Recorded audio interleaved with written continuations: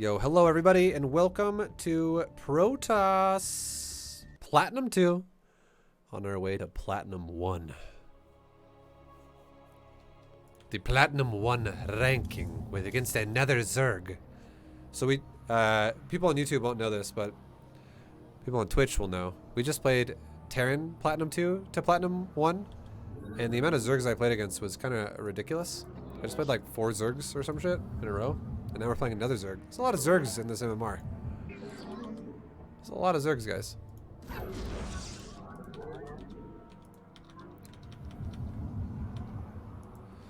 Okay, anyways. Hell yeah. Let's go ahead and get our barracks, gateway, whatever.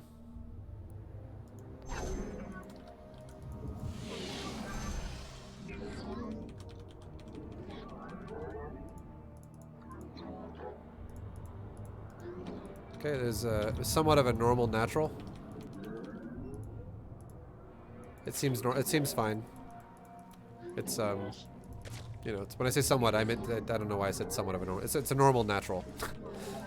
It's not somewhat normal. It's normal. So now that he's expanding and he's going hatch gas pool, let's just go ahead. Like it's standard. It's a very standard opener. It's defensive. Let's go ahead and go Nexus first. Nexus before core. Jesus, I keep saying the wrong thing. We're gonna go gateway, Nexus, core. Then we can leave our probe down here until we build the core.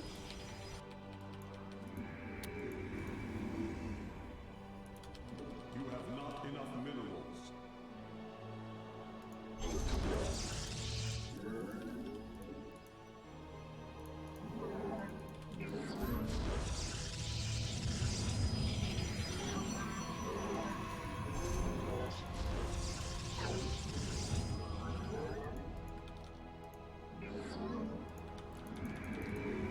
Okay, now the plan is we're gonna be going for Stalker. Stalker, please. Stalker.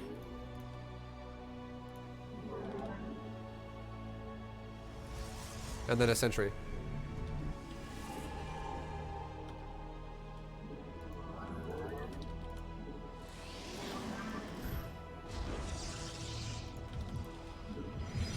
Let's grab 2 probes off the mirror line. Good stuff. Easy peasy.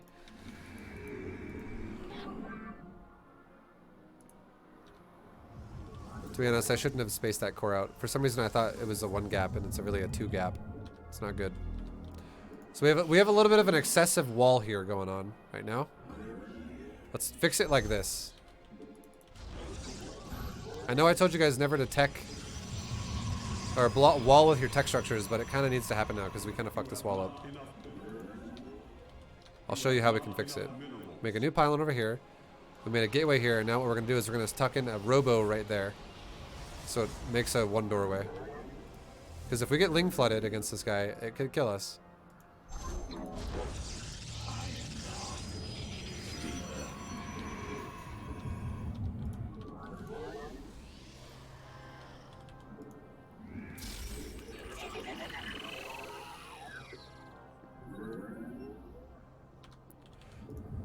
Alright.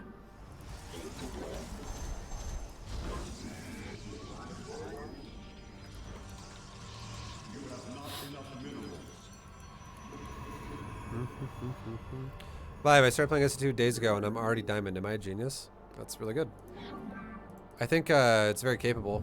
I think if you just kind of master what we're doing right now with the whole macro, you can get diamond pretty fast. If you just know what you're doing, you can get it pretty quickly, I think.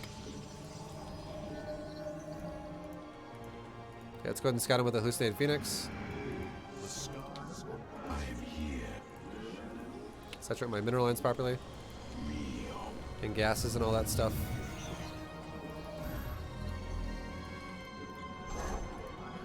I am here in the shadow. I stalk through the stars. Okay, so we got a 3rd base from Zerg. We got nice natural saturated. And we have a nice main with a Hydroden. Okay, cool.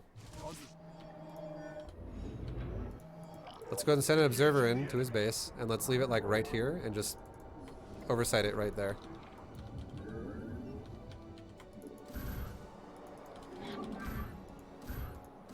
So I made this building right here, the Robo Bay, before I saw what he was committing to.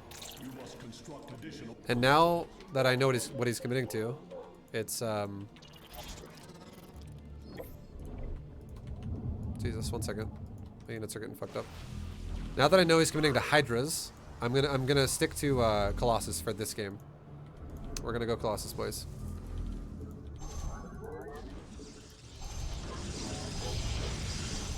Still making probes. Let's go ahead and throw down like a couple more gates now too.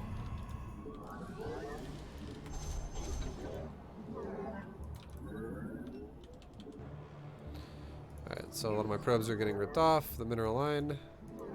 And we're good. Saturation's good.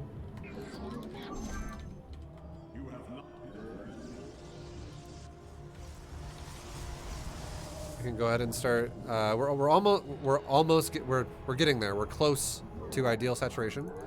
We can start switching our chronos into upgrades now. We're like 70 plus probes now, so we're pretty much there.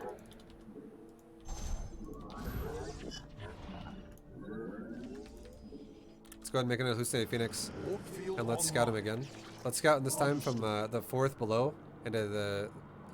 We're gonna scout this base below his main, and then go into the main and see what's going on in there.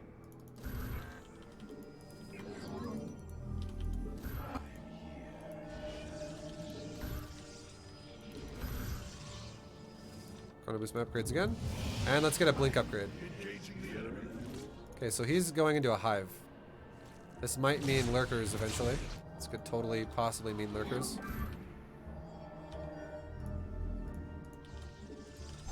Let's go and get a few more gateways because our money is getting really high. You have not research complete.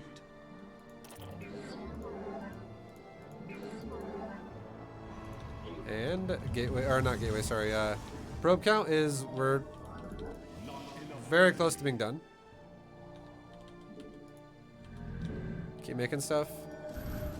You have not enough minerals. So Stalker Colossus is not that bad of a composition against Hydra-based compositions. We'll have to see if this guy wants to go into lurkers or something like that. But we don't know yet for sure what his plan really is. It hasn't been decided. Because I haven't seen lurkers yet. I know he's going hive, but I don't know if there's lurkers. Upgrade complete. Mineral field depleted.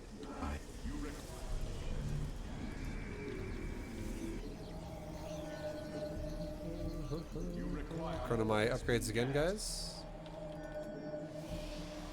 Yo, and Tim the Enchanter, thank you very much, dude, for the 9-month resub.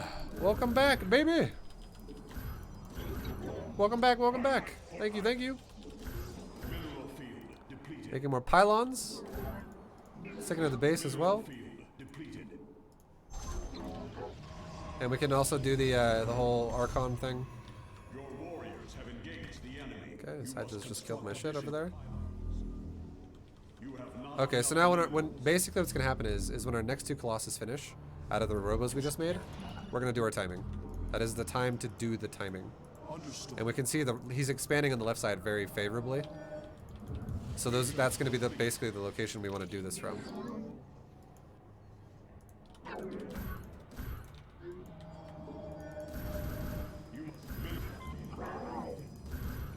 And now let's now that we're going into Archons, let's do the same thing we always do, Engaging the enemy. just to prepare for mid game. That's 2 bases now that are covered properly.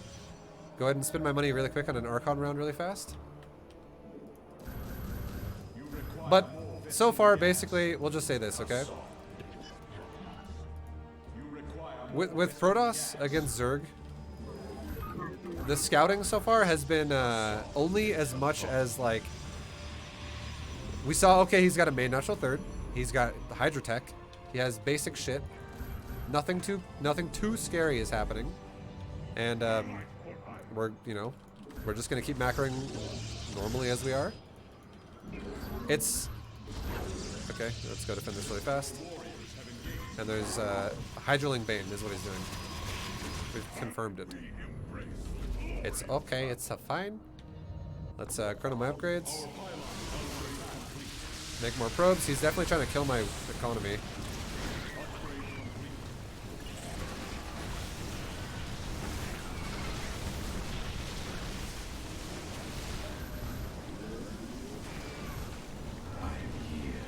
You can blink forward once. Cool beans.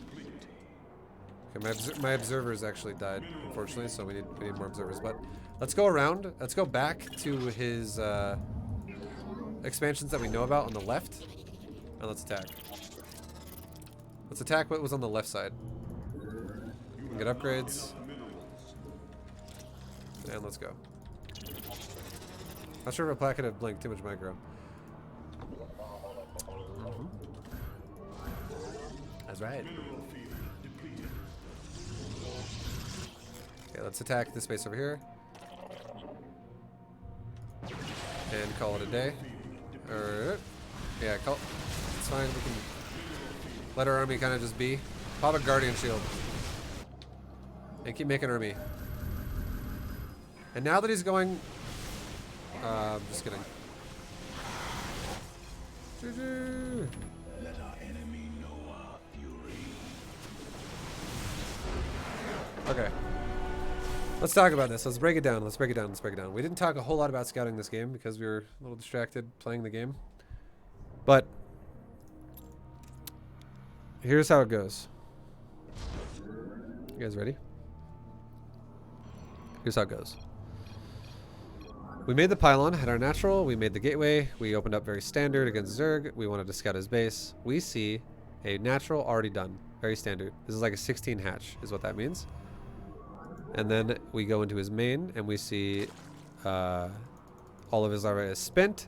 That is a nice thing to see. With Zerg, it means he's not stockpiling anything weird, and also it reinforces the fact that if he has a natural, we shouldn't worry about stockpiled larvae because it would make no sense otherwise, because this proves there's no spawning pool already with how early it was. Why is that, you may ask?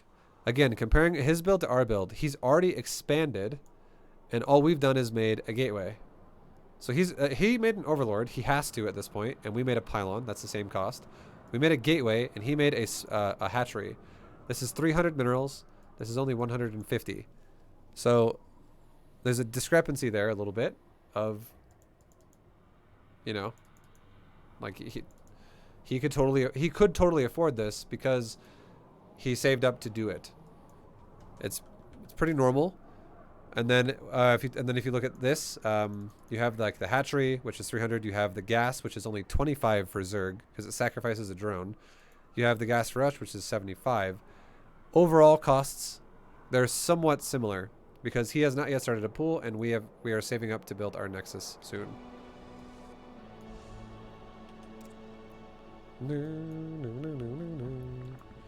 Costs are somewhat similar overall. My point is, you don't gotta theory craft the cost of everything as much as what I made it sound like you just did. It's just, okay, our probe made a pylon, and we immediately went to his base, and we saw a hatchery right as I got here. That is standard for Zerg. We then go into his main, and as we're in his main, we see him then throw down a pool and a gas. Also very standard.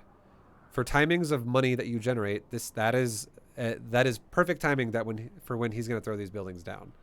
So very, very, very standard build so far from the Zerg. Text Jets, thank you very much for the 2-month resub. Welcome back to the VFam. Welcome back, dude. And then now, because we react to someone who goes hatchery first, we go Nexus before core. What's the difference, you might ask, in this situation? If you go Nexus before Cyber Core, you get a little bit of a faster economy. It's nice. It's what we always would prefer. If you go core before Nexus, your economy gets a little bit delayed, but the trade-off is you get a little bit of a faster tech. And realistically, we're not rushing a harassment in this build. We're playing very defensive with macro. So rushing tech doesn't make any sense because the only difference we would actually have would be it would increase costs of our build. Like, we would decrease generation of our build if we prioritize the core over the Nexus, because it would mean probes would be a little bit delayed. And then on top of that, it would mean we'd have increased costs faster because we'd have to spend our money quicker on tech because tech would be done faster if we wanted to optimize it like as fast as you possibly could get your tech out. The only time it really makes sense to make a core first before a nexus is when you know the guy is one basing you.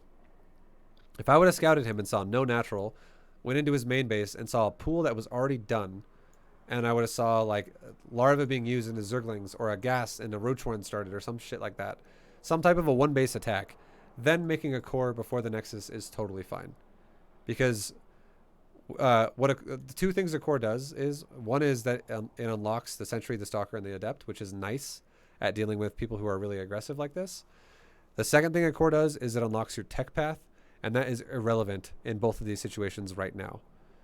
The only time tech path would be relevant is if we were going to go for some type of a tech-based harassment, and both of these situations don't have that applying to them. Those are different kinds of builds. Like that would be like, I'm going to rush oracles or something like that. Or DTs.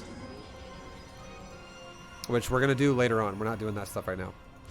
We'll talk about that kind of stuff later. So just keep it as simple as he expanded, I go first with Nexus. He did not expand, I go core before Nexus. It's as simple as that.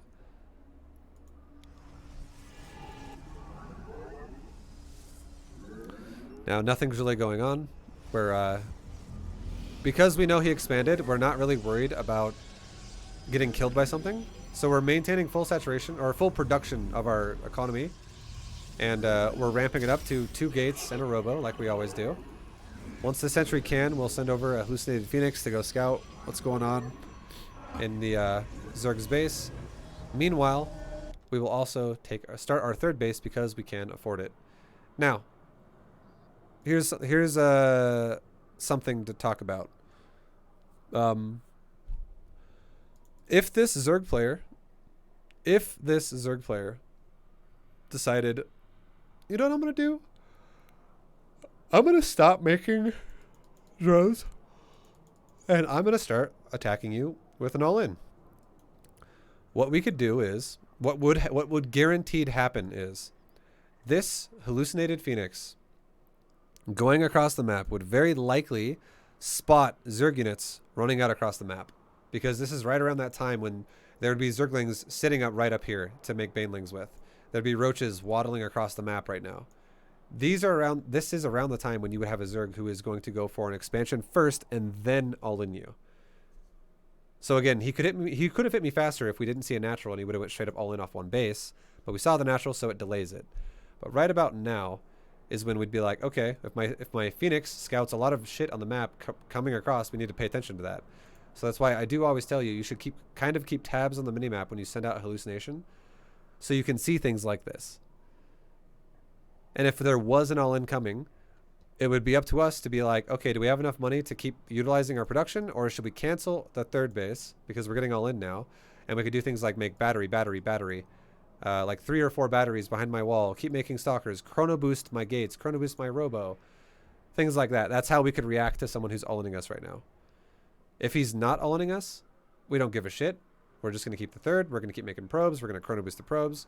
But we are going to give ourselves a second to pay attention to the hallucinated phoenix to see what is happening. And again, we could just look at the minimap for red, and we don't see anything, so we're fine. And by the time we get to his base, now what do we see? We see drones running around all over the place. The drone running down here, it's not going up the ramp, it's going down here, which means it looks like he's going to start a 4th base. If I were to go to his vision right now, he's probably already made one to go build there. He's telling his drone to go there. He's going to build one in a minute. This drone makes me think 4th base is coming quickly from the Zerg. We can check that again later, but that is what that movement kind of means. Why the fuck would a drone go there otherwise? Doesn't make any sense. We see 2 drones going this way, and also creep is already spread this way. This confirms that this player has a 3rd base. Because why would 2 drones be going this way if there wasn't a hatchery already done? We should expect a 3rd base to be done, but this confirms there's a 3rd base that's done. And it really makes it seem like it's confirmed, but we're going to still confirm it as a whole. And boom, we see, oh look, these are his first 2 drones. This 3rd base is just now getting saturated. That is fine. That makes me feel nice and comfy inside, because our 3rd base is also just now going to start getting probes being mined at it, which tells, in the reason why I can tell that is because we are fully saturated at our natural, so every number above 16 is going to get transferred to the 3rd base. So right now we are basically tied on drones. I have 1 probe on my 3rd already, and I have 1 probe extra on my natural already. He has 2 drones on his third. We're tied on drones right now in terms of saturating our expansions. Going further into his base, I see double Evo and a Roach Warren. That's kind of standard. And I see a fully saturated natural. That's also standard at this point. Also, he has double gas. Keep that in mind. Going further in, we see double gas again, and we also see hydrogen. This is not as standard, okay? And this is why. Obviously, he is not mining this, and for his sake, I'm glad that he isn't. But I will say, if you go 4 gas saturation on Zerg economy off of only 2 base minerals, this is not the most efficient economy that Zerg can really develop. Zerg should really saturate the 3rd base a lot faster than going up to this many gases this fast. So seeing this now for me as a Protoss player tells me, okay, this Zerg is definitely gas heavy. He teched really fast to a layer. He has a hydrogen already popping out. He's not going to make hydras at a very like the quantity of hydras is not going to be very high very quickly, but he will be able to start his first hydras pretty fucking fast. So these are the kinds of builds that what he's doing, the kinds of builds that would be decent against, I guess. Really, honestly, dude, nothing. I'm not gonna lie. This build that is like not good against nothing. Just gonna throw it out there. It's just inefficient. I was gonna say it's good against Stargate, but I would rather even have more drones against Stargate as well. Literally, it's just it's too tech heavy, too fast. That's all it is. It's too tech heavy, too fast. So, what the one pro of this build would be, this guy could potentially do something like, now he could go for like a really fast lurker timing, and he could show up at my natural and do like a lurker hydra bust, or something like that. That's like one of the only advantages I could ever see happening here. And the rest of it, all the negatives is his build is just less efficient than other builds could be. And why is that, you might ask? Like, how do you know that it's less efficient? This is too much, too fast on gas. It's really fast layer because this hydrogen's already done. By the time my first, so keep this in mind, by the time my first sentry was made and I hallucinated a Phoenix right when I could and I got across the map to see his base, he already has a hydrogen done when I'm here. That is fucking fast. That is the timer we can base this off of. That is really fast. And that means his economy has been focused heavily on the gas and not so heavily on minerals, which is exactly why, if you look at the harvester count up here, this is why we are ahead right now. This is why I'm the Protoss and I have 48 and Zerg only has 46. That is why this is happening. It's just too much gas is all. Too much. If there was less gas and a little bit of a later layer, the build would be amazing. The layer isn't even the biggest problem if he was going to go for like roaches with speed. It's really just the fact that he has 4 gases already.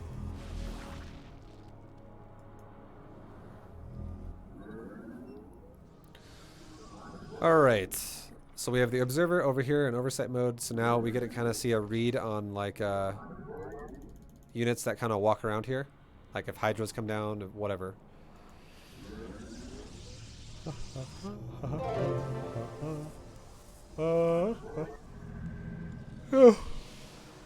Next 1123, thank you for the prime. Welcome to the VFam.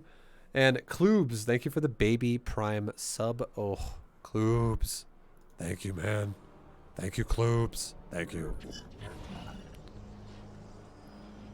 And now we're sending out another hallucinated Phoenix.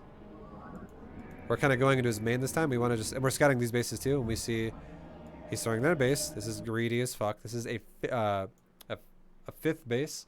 This is a 4th base. So we know he's kind of ramping up that greed a little bit, and we see what looks like this mineral line is looking like it's probably like half saturated, roughly, or maybe even like 2/3 at this point because we have more drones coming in here. This looks like a decent drone saturation. It's not bad. Our 4th base is not saturated at all yet. Our 4th base isn't done yet. Again, if the Zerg takes a lead in economy at all, it's okay. That's actually supposed to happen. If we look at our 3rd, we're 3 probes over. So what we're comparing is like 2/3 economy here, which is probably around like 10 to 12 ish. Like, it again doesn't have to be perfect. I would say the drones we see kind of coming in through fog and stuff, looks like it might be between 10 and 12. If I just eyeballed that really fast. And if we look at ours and we're like, okay, we're 3 over. So that means we're probably like a good, like, ballpark it. We're maybe like 8 probes behind. We're 9 probes behind. That's still okay though. That's like a good range for Protoss to be within Zerg still. Like that kind of resembles like a standard game, I would say. It's not too bad of an economy for Protoss where it's like, wow, you're so far behind. Zerg should be ahead, but Zerg should not be crushing Protoss. Like, if I'm 70 to 83 up here in the replay that we can clearly see, that's acceptable. That is normal. That is fine. However, if I was at like 53 and Protoss, and sorry, if I'm at 53 and Zerg is at like 83, that's bad. That's too much of a lead for Zerg. That's when the Zerg is going to be maxed out and Protoss is going to be at like 120 supply. And then we see Hive, we see Infestation Pit, we see Hydroden. What this makes me think, this is new patch stuff right here. This makes me think he's going to go Lurker Den. That is initially what I thought. Because there's only a couple things he's going to get out of going into a Hive. He can go Spire, which he doesn't have yet. So Spire seems like it's very unlikely because normally when people go for a Hive this fast, they also have a Spire correlating with the Hive speed. Because a Spire and a Hive, like you can build a Spire at a layer, and then you can make a greater Spire at the Hive. So it's optimal to do that. This could be Ultralisk Cavern. You don't know that yet, but most of the time, Zerg does not go Ultras against Protoss because Protoss has Immortals, and Immortals are just like la la la la la la la la. They just kill all the fucking Ultras. It's pretty sad. So then his only options left are like if he's not going to go Ultras or Broodlords, what is he getting a Hive for? The other options would be Lurker Den with like Hive Tech upgrades on a Lurker Den or Viper. Those are the only other 2 reasons why this would make sense, why he would be going for a Hive, and both of those are fine. You know, like we could deal with those as they happen, see what happens with that. But that's what my idea is right now. That's what it should be. That is what it should be, because we should know. Or if you don't know this, it's fine. You'll learn this over time through experience. You will learn what tendencies are good and what are bad tendencies against certain races. And I'm going to tell you right now, like Ultras are not the greatest against Protoss. They just aren't. Because again, most Protosses make Ultras, or most Protosses make Immortals, and Immortals eat Ultras like crazy. It's just ridiculous. So that's how we deduce things like this. And there's no Spire yet, so it seems like there's not going to be a greater Spire.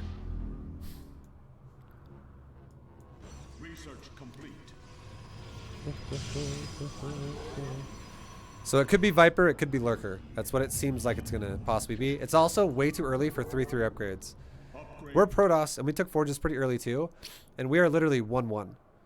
There's no way this Zerg is going on 3-3 right now. It's impossible. You cannot get it that fast.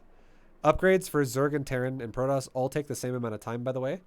The same upgrade, like all the upgrades for level 1 on weapons and armor, they take the same amount of time. All the upgrades for level 2 take the same amount of time. All the upgrades for level 3 take the same amount of time for all 3 races. It does get increasingly larger as you go from 1, 2, 3. So if level 1 takes 100 seconds, level 2 takes 130 seconds, level 3 would take 165 seconds or something. Those numbers I just gave you are not exact, but my point is they ramp up in how long they take for the next upgrade following. But again, races are the same. And also, keeping in mind, the fact that I have Chrono Boost means we're definitely going to be ahead of him in upgrades. So we know that this Hive is not really fast for 3-3 upgrades. It's just logical thinking, right? It's just logical thinking.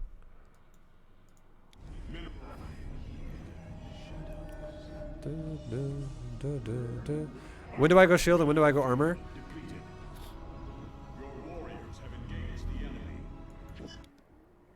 You should go armor when you play against, when you want to go for a heavy stalker style and you play against someone who you think might go for like Zergling Muta. Armor is better than shields. Like if you have to pick one or the other, if you're going to go for stalker, if you go anything besides stalker, shields are better than armor if you're going up against like mutas. But in general, for Protoss, against everything else, armor is almost always better because what you're usually going to use with your army is you're going to use zealots, and zealots benefit from armor the most out of any Protoss unit, really, for ground. Like, these things definitely get lots of benefits from armor because they're cheap, they're very durable with armor upgrades, and they're fucking very just tough as shit. They're quite good with armor upgrades. But yeah, it's kind of how it goes. I don't know if I explained that as well as you would have liked. We'll just say this, okay? Platinum League, just fucking take triples, okay? We're not really doing real builds yet. We're just kind of fucking doing optimal builds. Real builds and optimal builds aren't the same thing. Optimal builds are just being efficient. Real builds are builds with timings while being also efficient. Or we're not attacking, so timings are irrelevant. Research complete. Mineral. I'm here.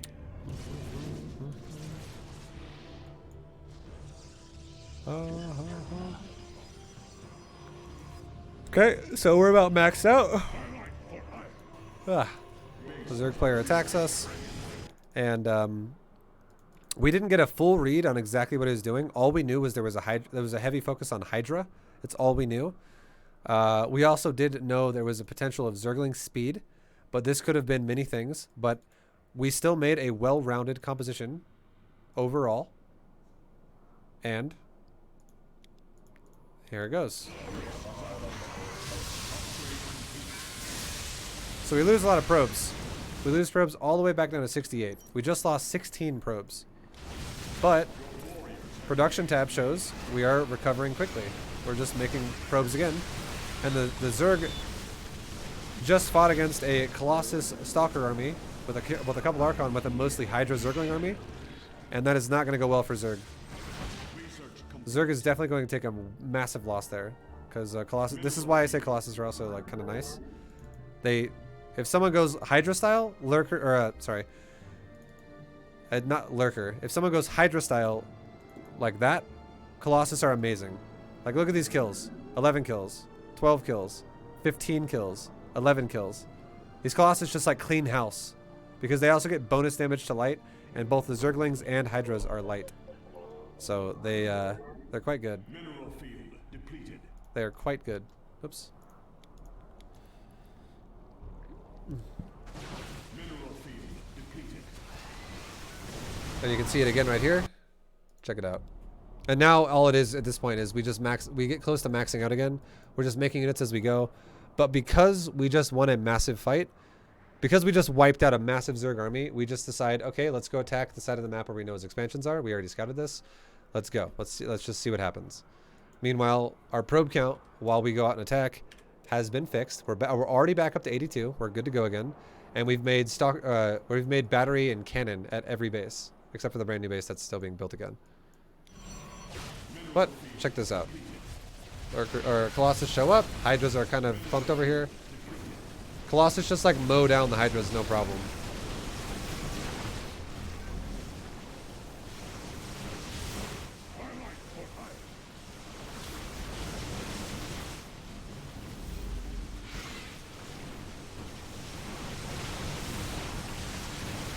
I will say for A-move purposes, okay? This is something that applies to Platinum League. For A-moving purposes, I think Colossus are better than Immortals when you play against Hydras. But as soon as the Zerg switches into Lurker, I think you should probably start switching into Immortals. If you ever fly over a Lurker Den in his base, you should probably start going Immortals instead. I never saw a Lurker Den. Even though I saw signs of what might be Lurker, I never actually saw a Lurker Den. And the fact that he also had Corruptors means there was probably a Spire started somewhere that was, going to become a Greater Spire. But yeah, Immortals are better against Lurkers than Colossus are. But in general,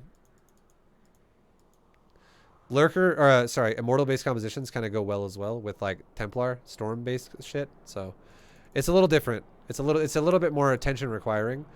This is very A-movie. Very, very, very A-move style right here. With Colossus Stalker and Archon. And all the Archons obviously died at the end there, but it is very A-movie.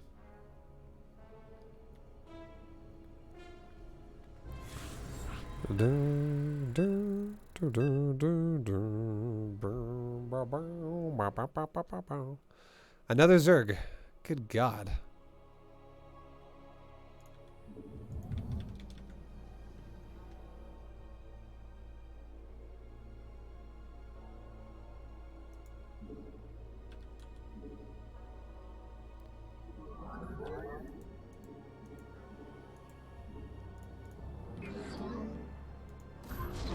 It's got his base.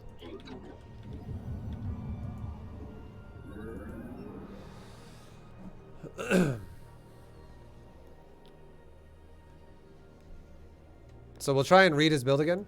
You know, we'll try and get an understanding of what he's gonna do. We gotta really utilize our sentry with the hallucinated phoenix.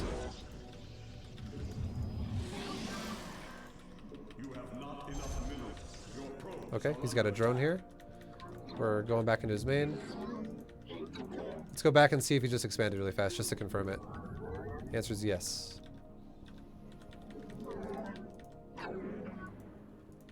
Okay, he sent another drone out. Pay attention to that. Notice how there is no pool here. Oh, did he come back? Hold on, he's made a gas now. We're still making probes. Let's get, because we also know he went for a natural. Okay, there's the pool.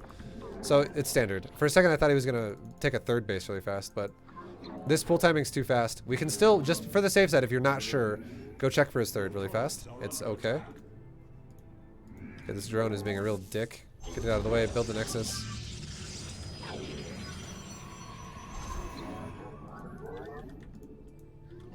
And we're good.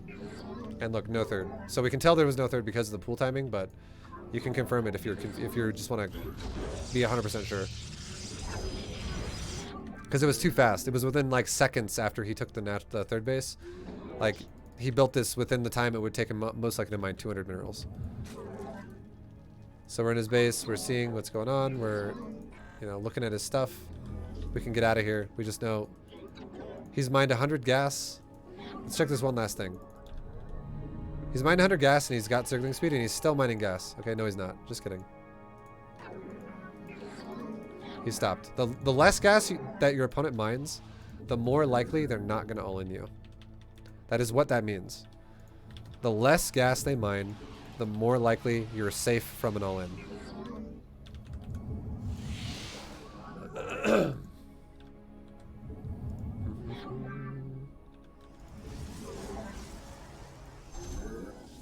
Unless it's a mass Ling Flood. Ling Flood doesn't apply here. It doesn't matter, because even if it was a Ling Flood, we're safe.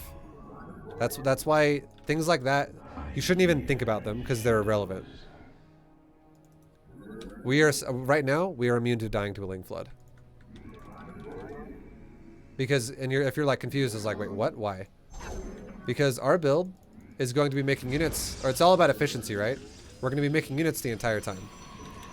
And if he were to do a Ling Flood, he's going to get such bad trades against the wall that we have that our units that we're making just efficiently are going to be able to thin him out and kill him before we die from a Ling Flood. It's impossible for us to die to a Ling Flood. The only way we could die to a Ling Flood is if I move my Stalker here and just let him run in my base and go, ah, shit, that was bad.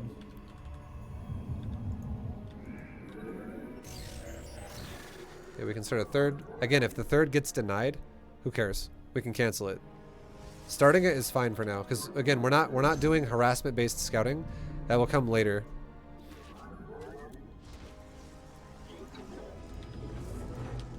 You must construct additional pylons. I am the voice of the Okay, hold position my Stalker in the wall again. Make sure you always hold position your Stalker in the wall. It's very important. I am here in the shadows.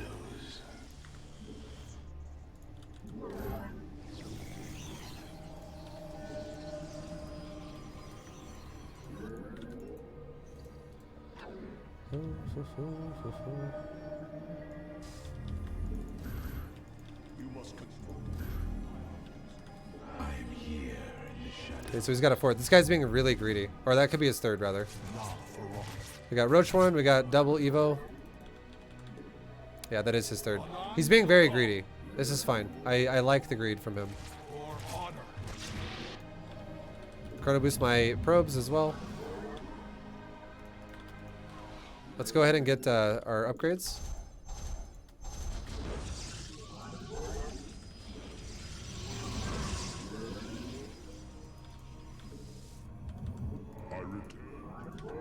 And this game we'll go for just because we can show variety here, and this guy hasn't committed to Hydras yet. He's committing to Roaches.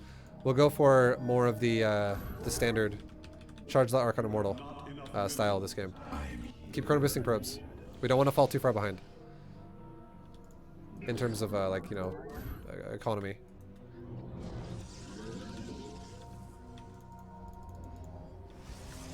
Go ahead and get weapon, armor, shield, and let's go ahead and get charged this game first. What's the logic behind the location of your third? This is easier to defend than this one. This one's more exposed. To be honest, the third that my opponent took is the more hard one to defend.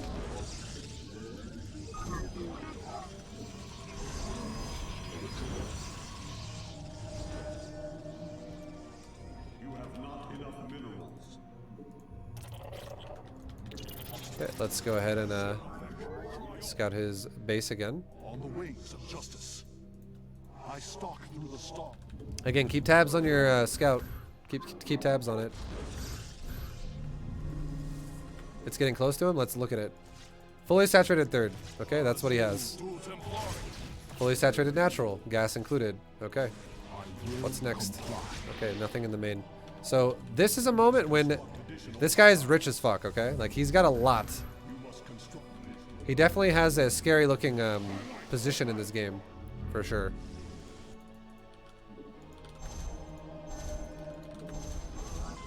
Let's go ahead and get ready to make some Archons, and let's make like 6 gates and the Temple Archives. Keep making our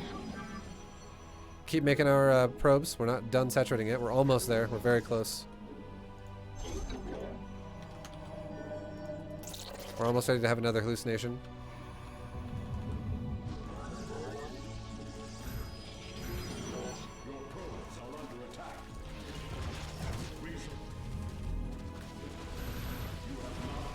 Okay, so we're A-moving this. It's fine.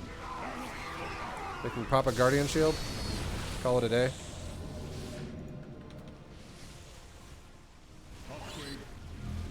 We might die right now.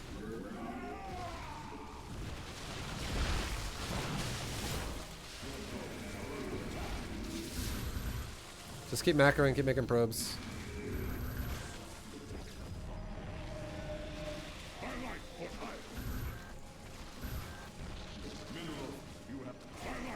We can even pull our probes right now because this is looking pretty fucked.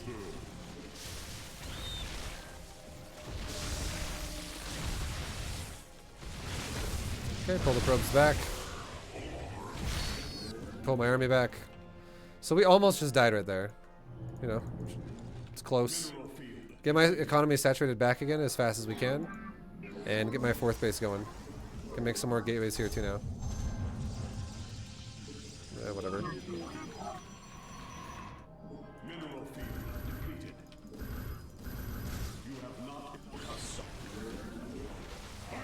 Okay, pull my probes again. I think we might be dead, guys. We just got rich all in.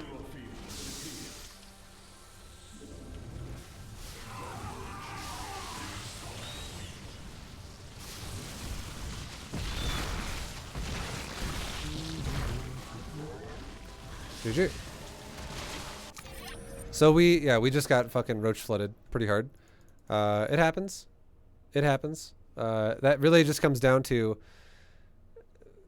this kind of a game. Okay, I'll just throw this out there. This is something that will possibly happen to you in Platinum. And I think if this does happen to you, just try your best to out macro it. Try your best to deal with however you can, because I will say, any Zerg player who, if their economy is not touched, is able to constantly max out roach and fucking all in you like that and kill you, that player will not be in Platinum for very long. You will not be playing against that player for very long. It won't happen. That is, for a Zerg player to have the macro, if we're playing efficiently ourselves, for a Zerg player to have the macro that is at the point where it goes, if you don't touch me, I'm just going to kill you by overwhelming you. That is, that is a Zerg player that is going to fucking advance as well. Just like, I'm sure if you were if you were Zerg as well, it would be, you could macro just as hard as this dude did if you were focusing 100% of your macro and you were doing it well, and then you just overwhelm and kill.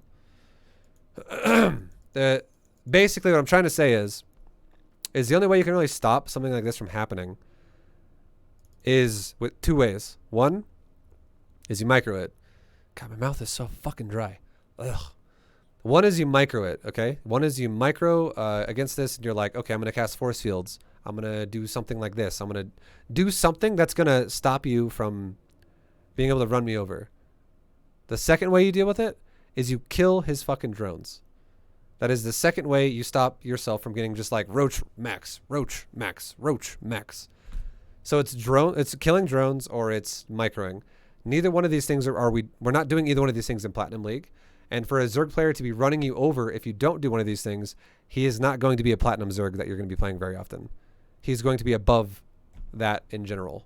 Like, most Zergs in Platinum are going to still crumble to you if you do not do, higher level shit, basically, is what I'm trying to say.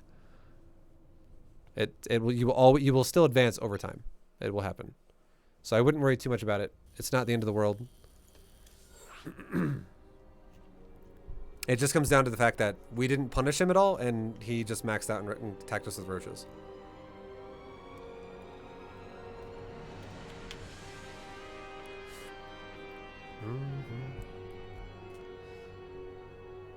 Is it better to be the aggressor or the counterattacker? That question is weird. The reason why that question is weird is because that doesn't actually have an answer. There is no better for the aggressor or the counterattacker. It depends on the game that you're playing at hand. Like, there's a lot of factors that will make it more intelligent if you're going to defend or attack.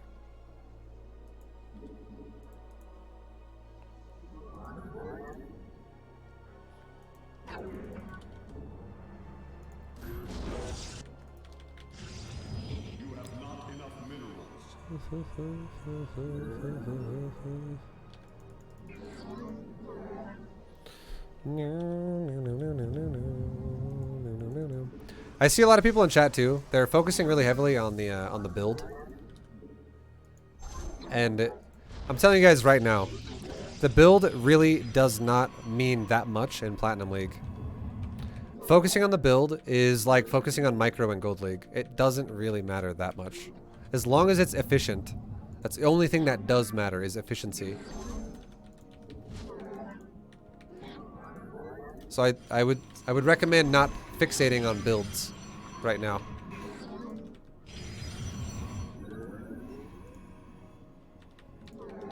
Because you may or may not lose a game here and there. But like I said before, you will still win more often than you will lose if you're, if you're playing efficient. So you have to take losses in strides, and it's not that big of a deal. Focusing on one loss really heavily like that is, I don't know, it's not really gonna like make you suddenly just understand shit. You have not enough minerals.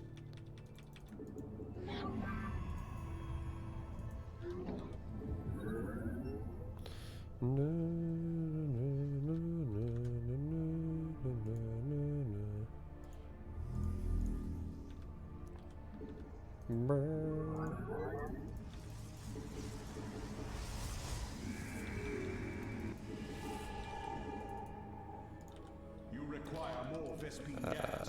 I'm the only mod, guys. I was reading it.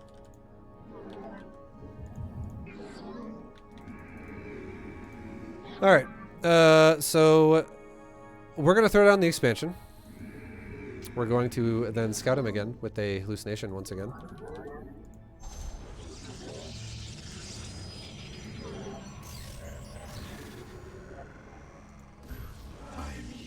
We're going to put our stalker in front of our base. And if this dude attacks us with the depths, we will wall the pylon off of, of our base. We'll leave the probe here just for a sec for now, because this is like crunch time.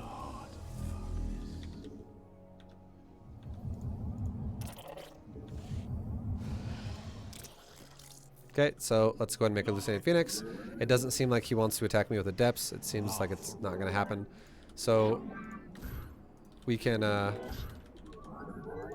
worry about holding it there anymore, because now we have multiple stalkers anyways. There is an adept now. That's fine. It shall be as you say. I am here. Okay, there's a natural. His natural is, compared to mine, a little bit slower. Attack towards the depth shade. Look at his main. We got a robo. We got a forge. He's doing this a similar build to me, but he is definitely doing a faster tech than I am, for sure. That's just fine. It's not that big of a deal. We can do similar. We can do something similar. But what we've done so far is we've definitely prioritized chrono boosting probes, which is how we're spending our money so much, and we've prioritized.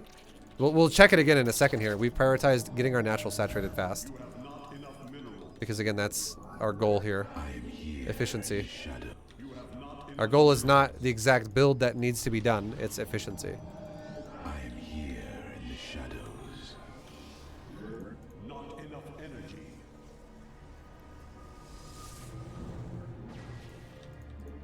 Chase the adept shade.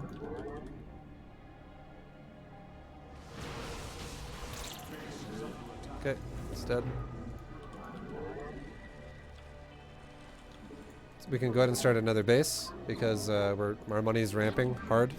Let's go ahead and make another Hallucinated Phoenix to go scout his base.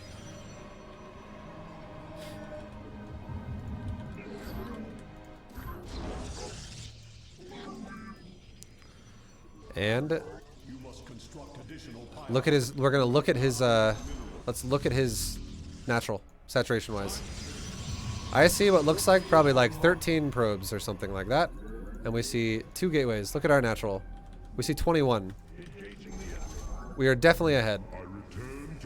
We are definitely not in a bad spot. And I see what looks like he's going to go charge the Archon Immortal. So he's doing a very similar. The thing is he already has the Templar Archives done. He is already at the access to make Archons already. So he has prioritized the tech route. We have prioritized the economy. This is one of those things where I say it really is. It honestly, if you were talking about just efficiency, it makes more sense to tech to something a little bit later when you can make a lot more of it than it does to rush your tech to something when you can't make much of it at all. Like, you're just better off if you just can make a lot more. And now suddenly we can throw down like an extra 4 gates because we can afford this.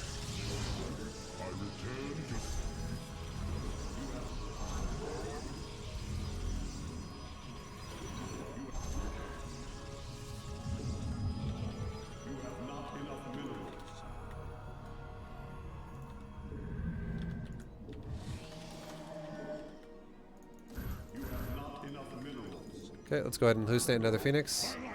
Check his third this time and see if he has one. If he doesn't have one, we're super far ahead then. Don't supply block. Keep making pylons whenever we can.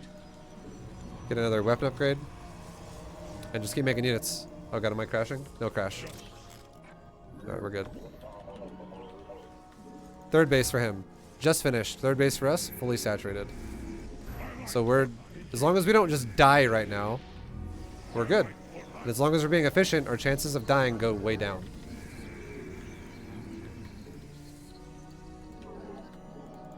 So I'm ahead in this game is what this means. Like, I should feel very confident right now that we're doing great. I should not be like curious as to like, am I gonna die? Is he gonna, what's happening? We have tabs on him that tell us if the game continues at the pace it is, I'm going to kill him.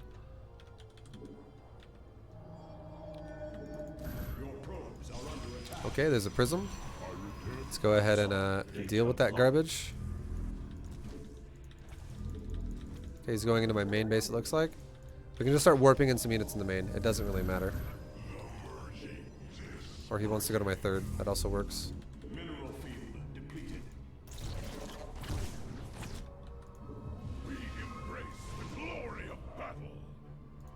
So now, again, we're just kind of moving my army around my base to deal with this prism, but now since he's going to start trying to harass me like this, let's get 1 battery and 1 cannon per base. And now the prism's up here. Prism is up here.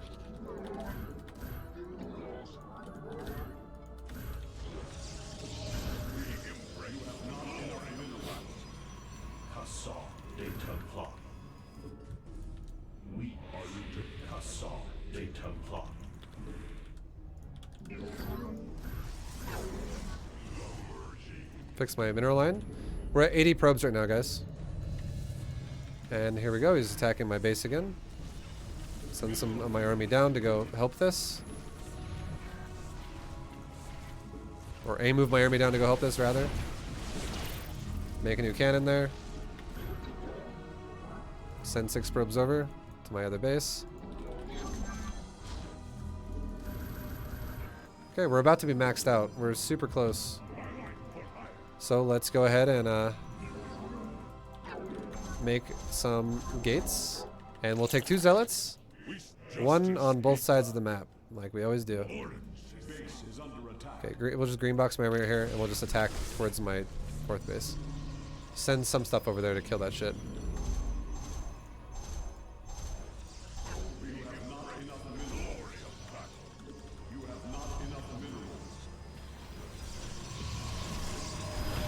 It's warping zealots in my base over this prism.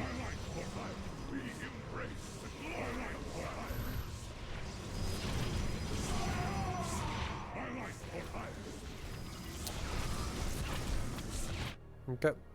Let's grab my zealot down here and finish scouting the last 2 bases. We just selected my army to go help and assist. This guy's all about just attacking me and trying to be annoying.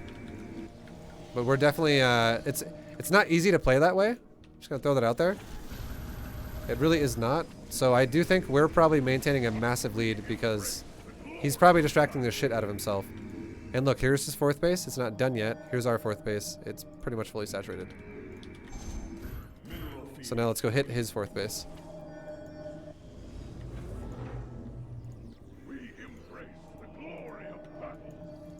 So we know we're really far ahead now, for sure, in this game because of the whole, just economy alone. We can make more than he can. So we should feel very confident about taking this fight. And in the meantime, we can just make more stuff. And there you go. And now, while we're busy keeping it busy here, we can grab all the units in my main and just go like this. Click them and just say A move is natural.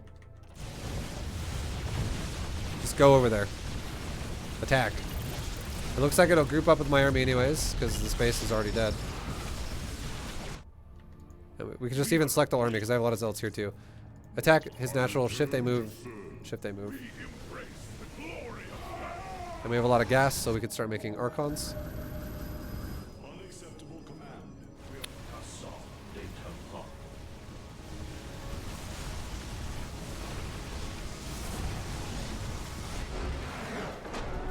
And yeah, I think a big reason as to why this game went this way is because of the fact that he was fucking around with the prism for so long. It's distracting as hell.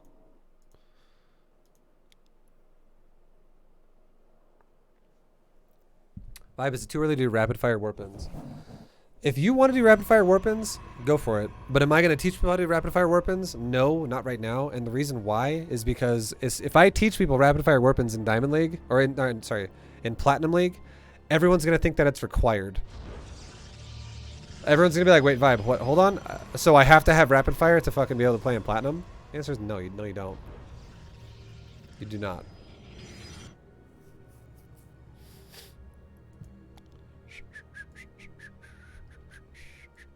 So we scouted. He was going for what looked like, the standard opener of Protoss. Double gas. Double gas means he's not going to take a natural really fast, by the way. It's basically our build. You almost always want to take double gas in PvP. You never want to take single, because if you only take single and you let the enemy probe build an assimilator in your base, it sucks ass. It really sucks. Because Protoss is so gas expensive early on. But we can assume, we don't know for sure, but we can assume might be a natural. Really, Protoss only has 2 options, I'll say. If they open up what looks like standard opener. One option is they go for the natural, like this guy just did and like I just did. Like 2 gates, natural, standard.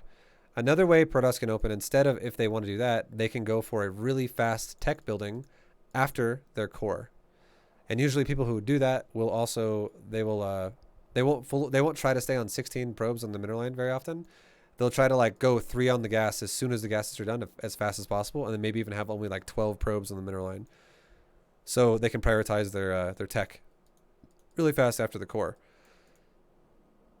So those are the two things that we need to see. If we make a sentry and a stalker first out of our first two gateways, our sentry can make a hallucinated phoenix and can scout across the map and can tell me what's going on before anything actually happens. So we leave a stalker in front of our base, kind of near the ramp and over here, just in case an adept walks by. If an adept does walk by, we can always make the wall of a pylon. And then this guy actually made his adepts late, which is why we didn't do it anymore. His adept got here by the time we had 4 units out of our gateways, and that is late. Normally, if someone saves Chrono Boost and they make 2 Chrono Boosts on their first 2 adepts, they can get there when you only have 2 units out, like 1 sentry and 1 stalker, and then that would be really scary because if he shades into my mineral line, he might kill like 12 probes or 10 probes by the time I get rid of the adepts, which would absolutely like ends the game basically. You're just dead. So, yeah. We didn't really need to make a pylon because he kind of missed the window to kill a lot of my probes. Because he waited till I had more stalkers. Now, back it up with my hallucinated phoenix. So here comes my phoenix. It's scouting across. And we see, this confirms what we need to know. A natural. We compare it to ours again, right? Because we're the curve. Our natural is slightly faster than his natural. By probably like 10 seconds or 8 seconds. It's not that much faster, but it is a little faster. Like his is 45, ours is 58. Again, ballpark it. Doesn't have to be exact. But we just know, again, it's a lead. It's a little bit of a lead. We know that we're ahead a little bit. Now, next thing we're going to look at. Chrono Boost energy. We have 50, or enough for 1 on our Nexus right now. In the shadows. And our opponent has enough for 1 as well. So chrono-wise, we're tied, and then finally, Let our enemy know our fury. Build, essentially. Both of us, or he's chosen his build. He's shown me what he's doing. He's gone into a robo. He's also gone into a forge. This is what we're gonna do as well. This can easily develop into Charge Lot Archon Immortal. It could develop into multiple things, but it could totally develop into Charge Lot Archon Immortal, which is what we eventually start as well. But the difference is look at the probe count. We've even lost 1 probe. Or, no. Sorry, I'm just kidding. I killed a probe. He hasn't killed a probe yet. He's about to. I killed his scouting probe, is what it was. But again, look at the worker count, though.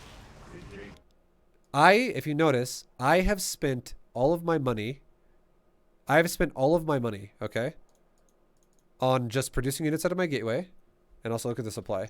I've produced all of my units out of gateways. I've had almost 100% uptime. Not quite, but it's been close.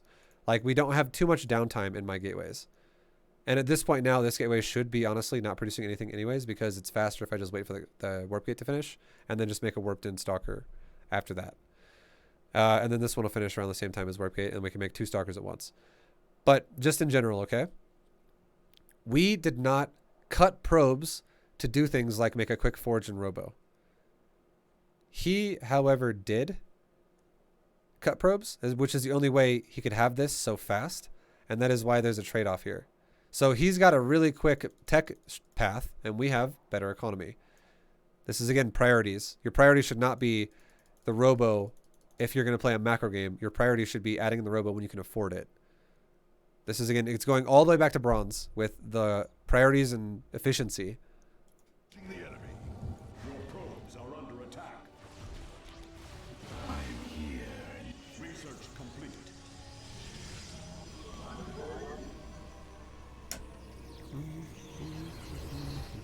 I'm here in the shadows. I'm here in the shadows. And then he sends another adept to my base. That's fine. And now we're tied up with him. So if we look at the difference here, we look at the fact that we now have a robo and a forge. Let's look at his robo and a forge. What has been made so far out of this robo and forge? An observer. So this robo has been done for like a full minute now, and it's only made an observer. And I agree with the fact that he shouldn't make anything else out of it, because he couldn't. If he starts making immortals now, he will be cutting probes repeatedly because he can't. It's too much right now. He can't physically afford it. So it's just too fast. But when our robo's done, we make it when we have excess. So now the excess goes into making immortals, and it still flows with our build. We can still optimally make probes and shit, which is why we're still ahead.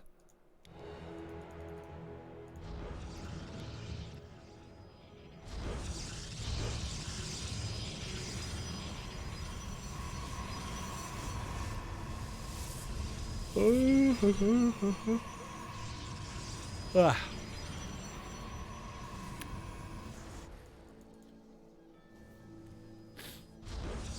And now here comes the prism. So now we look at the third base as well, and our third base is 14. His third is not done. This is when we scouted it too. And again, this was tabs for us to be like, are we ahead or are we not? Our third base, 18 probes now. His third base just now finishing. This is a big deal. This again is this is how you read a game. You compare your economy to their economy. Because saying it, this is a new way to say it, and this might help people really understand what I'm trying to get at here, or what the concept that is really important. If you compare your economy all the time to your opponent's economy, and there's no reason why you should have more or less, because you haven't killed any of his workers, and he hasn't killed any of your workers really. Like, the trade-off is really minor, like 2 probes to 1 probe. Pretty insignificant overall. If you just compare your economy to his economy, this is what happens. I look at this and I go, okay, third base, super late, no probes. Third base for us, super fast, fully saturated. Nice. Okay, I am mining. I know that this is what this number looks like up here. I know that I am crushing his income. I am mining so much faster than he is, which is just money that I have over him now that I can keep spending on more units. But then I have to ask myself, why is his third so late? What's the trade-off here? Like, what's going on? Why does this make sense? And then that's when you scout further in and you go, what do you have? And this army right here, we see 4 zealots, 3 stalkers, or sorry, 5 zealots, 3 stalkers, a sentry, and an immortal. Okay, now let's look at my army. We see 6 zealots, we see 6 stalkers, we see 2 immortals, and we have 1 sentry in our mineral line. So we have more units than he does, and we have more economy overall. Like, we just have a little bit more. The army sizes right now are comparable. He's got 48, or sorry, he's got 26 and I've got 35. There's not that big of a difference yet, but ours is a little bit bigger. But the big one is if we think about it, if we think about why we're ahead, and we take every previous piece of information in this game that has brought us to this point, even though neither one of us has really done much damage to the other, it's been pretty minor back and forth. We scouted, not only early on was our natural a little bit faster than his, we then also scouted, he rushed the fucking core and robo, which and again, if we're comparing that to our build, we could not afford to do that because we were barely spending our money making probes and stalkers.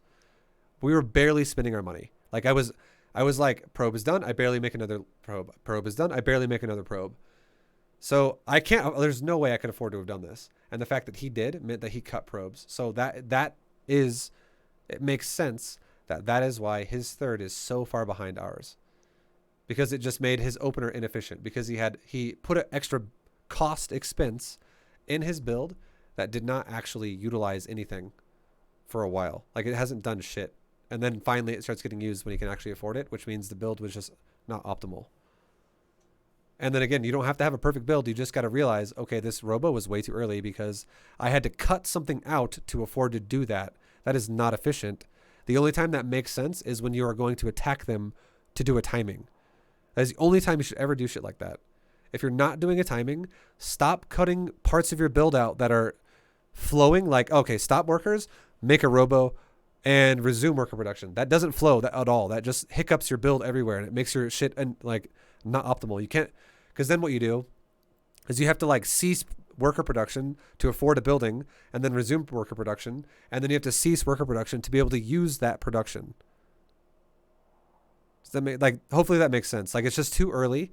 It doesn't make any sense to do it. All it does is it causes problems in your build, and it makes everything fall apart.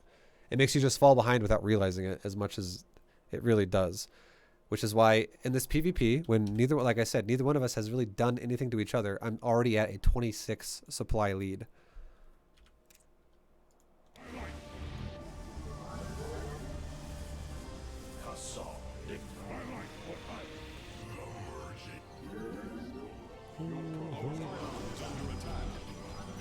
And then now he's taken it even to the next level here, and he's going for Prism Harassment, which is going to most likely distract the shit out of him. Look at the income now. This is 100% why I tell people don't fucking micro. Do not micro in Platinum. If you do micro, it should be basic. Like you turn siege mode on, you pop a Guardian Shield, you burrow a lurker. You don't try to fucking fly a prism around someone's base and kill probes while maintaining macro, because it doesn't work. Because I don't think you're comfortable enough yet.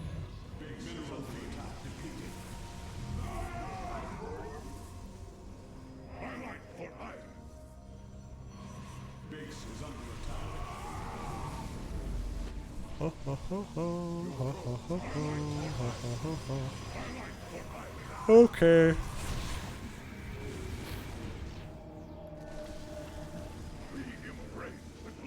And then we go attack him. And as we set up to attack him, we have a nice 60 supply lead. There was really no scouting going on there.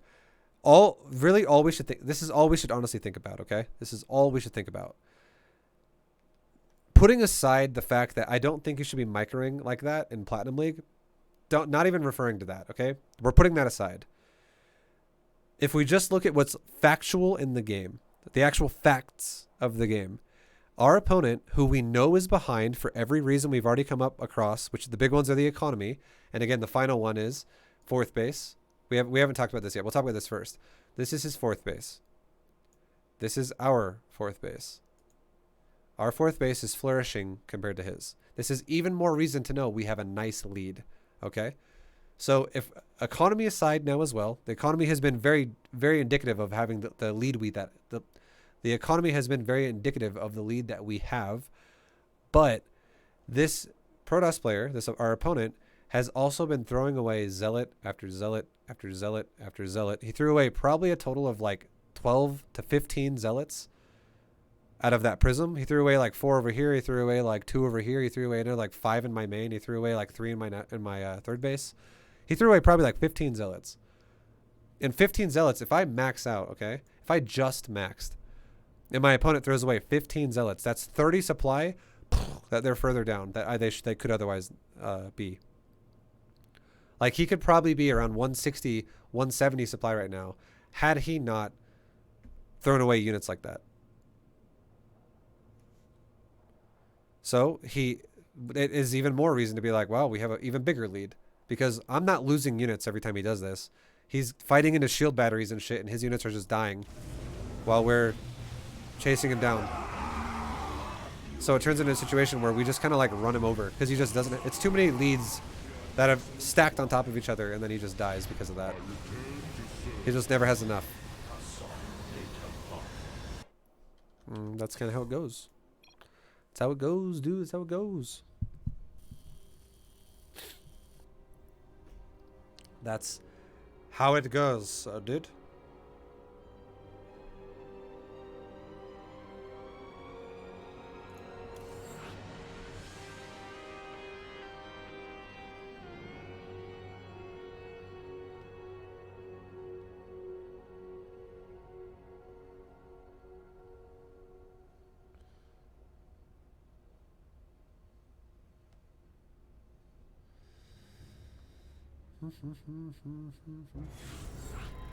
ViBE about to drop some dank wisdom. Yeah, no, it's just when your opponent continuously attacks you and each attack fails one after the other, you know that they're bleeding themselves out. And if they're behind when they do that, you know that they're bleeding themselves out even faster, because your lead is expanding over what it already was. If you're ever somebody who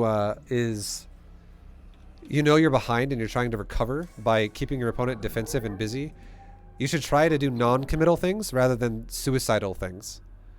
A non-committal attack is like sending a zealot to attack a base on the edge of your opponent's side of the map.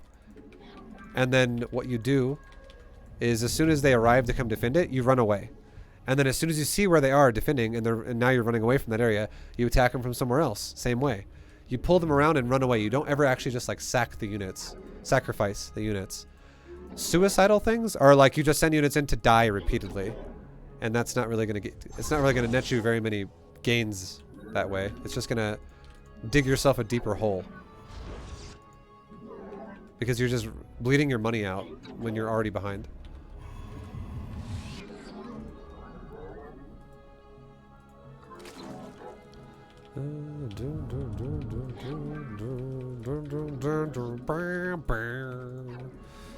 How many gases are you gonna take?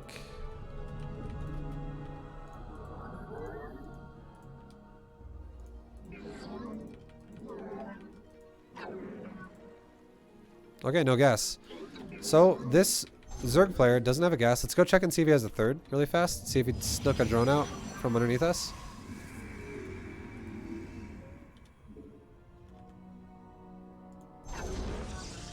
No third there. Let's check the other third.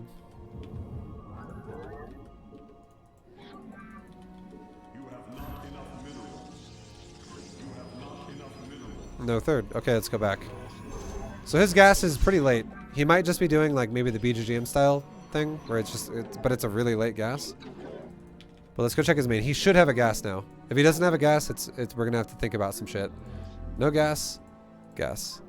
Okay. So yeah, there we go. It's a very defensive gas, is what that is. That's a very, very defensive gas timing.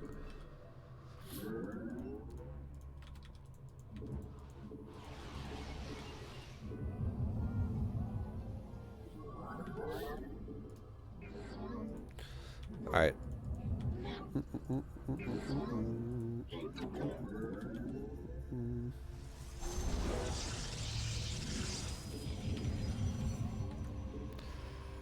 So we're getting crazy, guys. I am actually walling with a tech building. I told you not to do this. I'm here.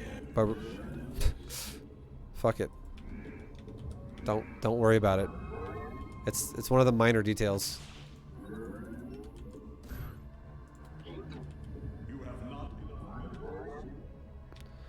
Efficiency is all we really care about, okay?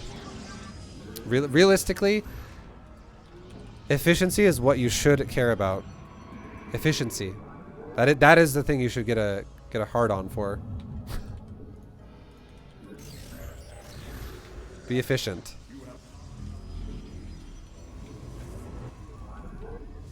Chrono boost, chrono boost. We're out of chronos.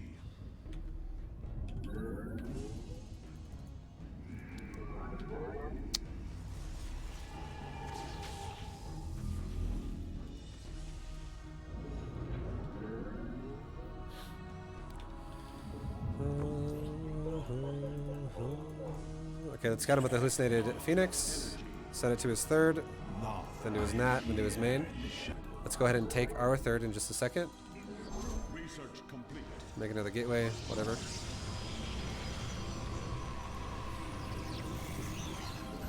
And kill this Overlord. I'm here in the shadow. Save the probe. Look at the Phoenix really fast. Good saturated natural layer. Layer, yes. Okay, get ready, guys. This is actually scary. No third. So here's the thing. No third base. No third base. Okay, that's the big one. No third base. Secondly, I'm here in the shadow. Roach Warren, layer, and Evo Chamber. What this guy looks like he's gonna do is he looks like he's gonna do a roach timing. So here's what we should do. Let's get a shield battery at both bases. And let's sit my army right in the middle of wherever the fuck this is. And let's keep chrono boosting on Immortals. Because why does this make sense, you ask? Because our opponent is going for low economy roach timing. No, if he doesn't even have if he's a Zerg player. He hasn't even started a third, and my third's almost done. We are definitely ahead on the economy department, like by far. So now, if we're ahead on the economy department, what is the trade-off? The trade-off is most likely he's ahead on the army department. Like he's gonna just go for a big timing. So making a army right now is ideally gonna keep us safe. Okay, let's go ahead and get ready to make a Temple Archives. Let's go ahead and also scout him again. Same thing, scout for a third base and then go into his main natural.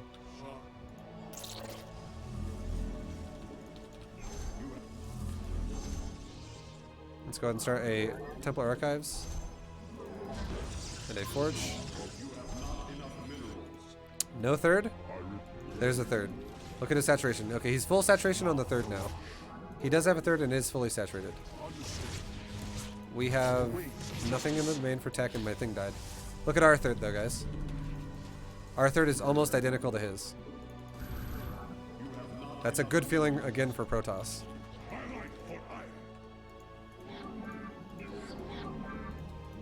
Being able to stay up with him, like keep up with the Zerg and their economy, is pretty nice. Okay, get ready. Rocks are getting killed right here. Get ready for an attack.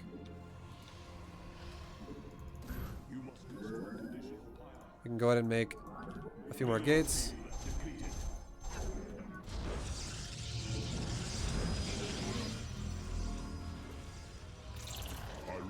And I do want to take a fourth base as well. Let's take one over here because his army's on the other side. Okay, let's go ahead and make a hallucinating phoenix. And on the wings of justice. Scout the bottom side of the map with this phoenix, like all over the place, just to make sure he's not ninjing a base, and we can just kill these roaches. If he doesn't move, awesome. Okay, he is, so stop chasing it. You must construct additional pylons. And let's start chrono boosting our upgrades. You must construct additional pylons. Engaging the enemy. Okay, so he's got a fourth base right there. We see that. Let's go ahead and get a second robo. Oh, hello, how you doing?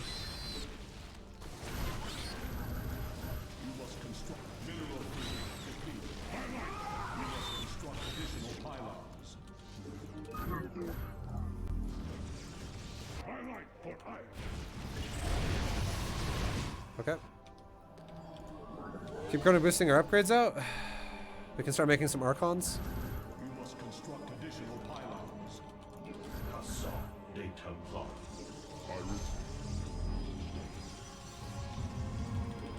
Okay, probe count wise, we're good. Probe count wise, we are done. So now, again, it comes down to just preparing for the max and the attack, more or less. Let's just prepare. And we're gonna scout him again, and this time we're gonna try and go into his main. We know where his bases are. The economy level of this game is over now. I have actually kept up with the Zerg enough to not give a fuck. Like I feel good about it. I have felt good about it the whole time. I have not thought I've been behind at all because we kept comparing worker counts early on. But well, okay, he's got a base there too now, and we have a base here. So again, we're like both probably at like 80 workers, 85. I want to see tech. Lurkers. Okay. So this Zerg is a lurker Zerg. That's totally fine. So if he's going to be a lurker Zerg, let's go ahead and get a couple more robos, just to be on the safe side.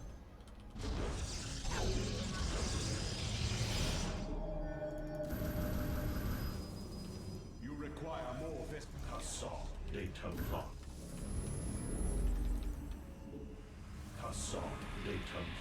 Okay, and let's get some static D as we do.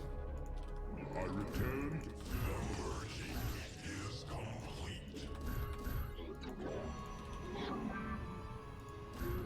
Okay, and let's go attack one of his bases that we know exist on the side. Meanwhile, at the same time, we can start taking more gates.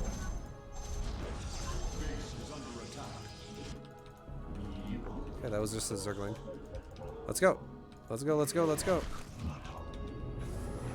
Grab my robos, grab my gates I just made. Gonna boost my upgrades, maybe give observers movement speed. And go for it. Maybe that's not the best location to attack. Back up. My units were getting like single file lined in there. It didn't seem like the smartest location. Okay, let's push them here. Just because it's more open. And don't forget to keep expanding. Okay, let's back up again. Our army is getting kind of like kited out. So just back up and regroup. Just back up and regroup. It's fine.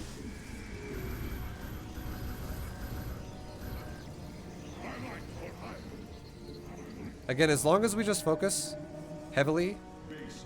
Okay, kill these stupid lings. As long as we focus heavily on the reproduction cycles, we should be okay. Let's make some Archons. What we want is we want an open fight. We want an open area to take a battle with him. That's what we ideally want. Let's grab some probes and send them to a new base. Make some cannons. Some batteries. Okay, now since he's luring me up this way, let's go up here. Why not? We'll attack his top base. Probe count wise, we're still good. Attack the top base. Okay, he's attacking my bottom base. So this is turning into a trade now, a little bit. Let's go ahead and make a couple Stargates just in case this game develops to a stage where that is a thing. And we can make more units, again, in a base trade. Let's make more units defensively in an area that we can stage a new fight at. Shift A move, shift A move his base, shift A move his base. Grab my observers and follow an immortal. So we don't lose our observers. We can run our probes away. And worry about just base trading now.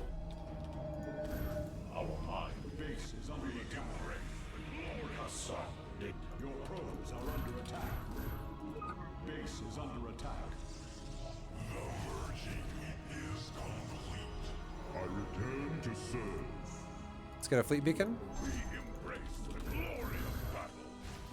How's this going? Okay, it's fine.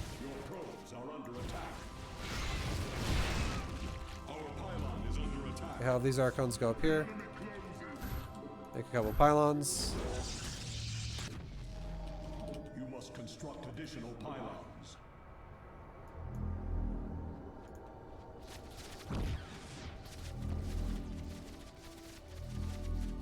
Kind of keep grouping my army up a little bit.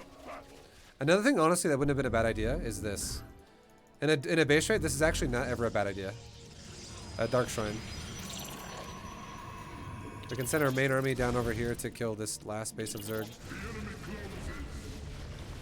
Let's warp in some Zealots to help these Immortals. Just worry about making shit.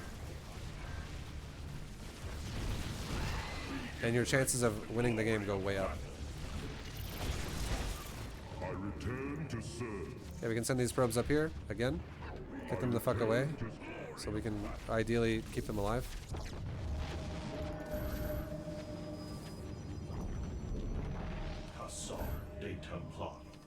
Okay.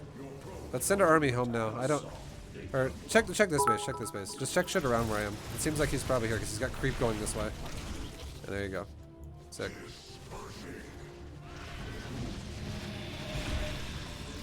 They keep making stuff.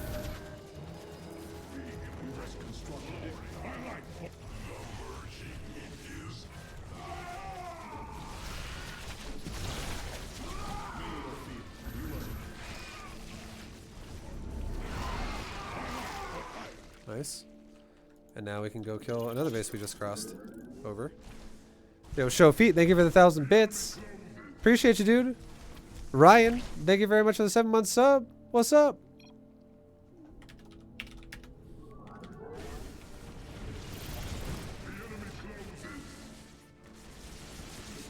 Nice. Bespin Geyser exhausted.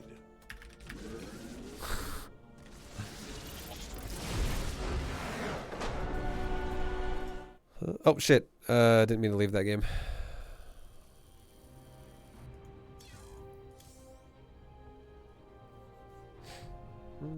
All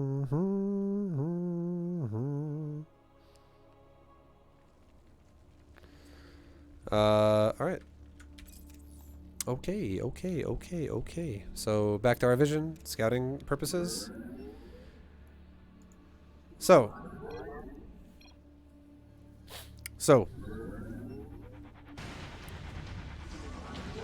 we get to his base. We see a natural. We see no gas. We see a pool. We see no gas still. And then we leave. We go check just to make sure he's not taking a third base, just in case I somehow missed my probe missed the drone. We head back into his base just to reconfirm if he is taking a gas. If there was still no gas right now, I would say, where the fuck is that third hatchery? That's what I would say. If there was no gas still.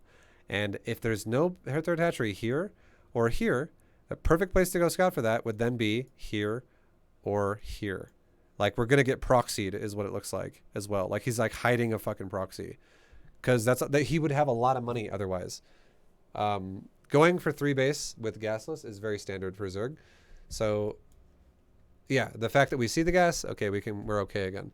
He's actually committed to less mineral economy because he's going into gas now. So we're good. We're happy. We see a standard build basically. Very standard. Very standard. I'm here in the shadow. Now, here's the thing too. Let me just say a couple things. I did tell you guys that I don't think you should wall with your tech, and I still stick by that rule to a point, but it depends on what kind of an opener you're going to do. And this game particular, I decide, I'm kind of bouncing around what I think might be really easy for you guys to do. And part of me, this game wanted to try just making immortals, literally, like from early on. So instead of delaying my immortals a bit and making like double stalker, I make immortals right off the bat, and I make stalker, and then sentry, and then I'm also making immortal. So by the time I take my third, I have like 3 immortals already. And having a nice immortal count early on, it's a little less safe against something like a Spire Rush, but it's way more safe against something like a Roach Rush.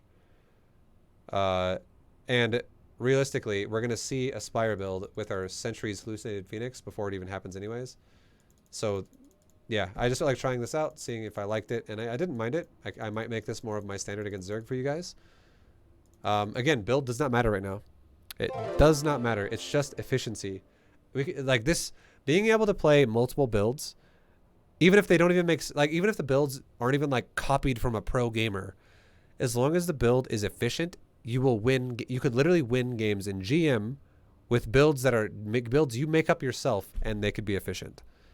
So the build itself is not actually the problem. It's efficiency of how you execute the build, which is the problem. Yo, Fabian Pike, thank you very much, man, for the prime. Thank you, dude. Thank you.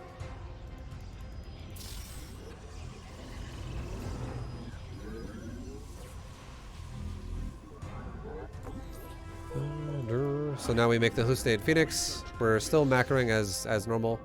We scout for the third, and we see there wasn't still... There looks like there's about to be one, but there still wasn't a third yet. That's a late third. That is a late third, boys. We see a fully saturated natural with Evo Chamber Roach Warren. We see a layer in the main base with a fully saturated mineral line and a gas. This third... like this build right now, it looks very indicative of Bronze to GM Zerg in a safe format. But as you guys know, I have totally said, like, this is like, I feel like this is like old school Bronze to GM that we did last year, where it doesn't need to be this safe. And 1 second, is it gonna read it? Is the bot broken? I think the bot doesn't want to read. I'll read it. I keep missing Zerg, but still loving the Bronze to GM Season 3. I didn't do Zerg today, just so you know. Be relaxed. I've only done Terran and Protoss today so far. And I think I'll probably be done after, not this game, but I'll probably be done after Protoss today, because these videos are long as hell. Like, they're very long, because these analysis portions are super in-depth. But thank you very much for the 1,500 bits. Tomorrow will be Zerg. We'll be starting on Zerg tomorrow. Tomorrow we start on the Zerg. But I appreciate the support, man. But yeah, like one of the things we looked at, or we want to look at, is if we're talking about his build, he knows that I expanded, right? He knows that I'm going for a natural. He knows that I am not doing some crazy ass early game timing. So realistically, he doesn't need to prioritize as hard to defend his base with a super fast Roach Warren and a super fast, like heavy layered, like he can still take his drones and take the gases and stuff like this. But my point is we could have squeezed in a Roach Warren or a third base easy a little bit sooner because of the fact that I expanded. If I was one base, this makes sense. If I'm two base, this doesn't make sense. If I'm two base, there needs to be a faster third.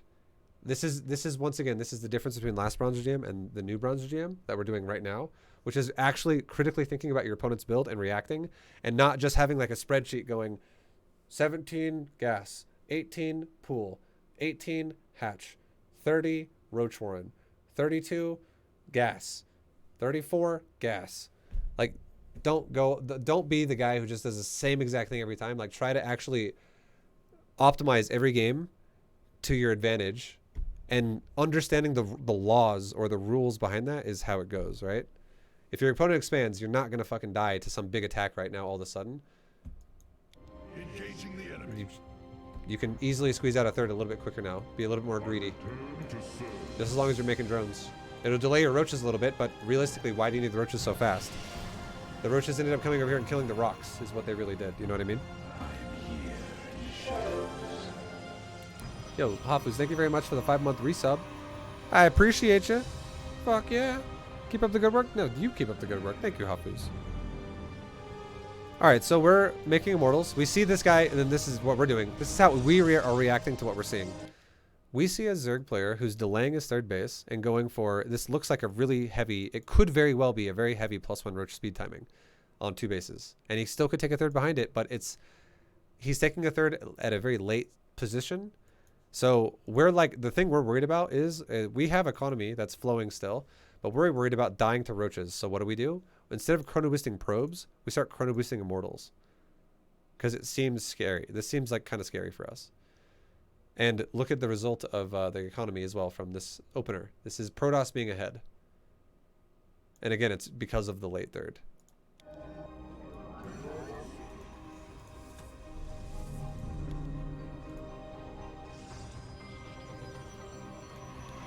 For Zerg, that is.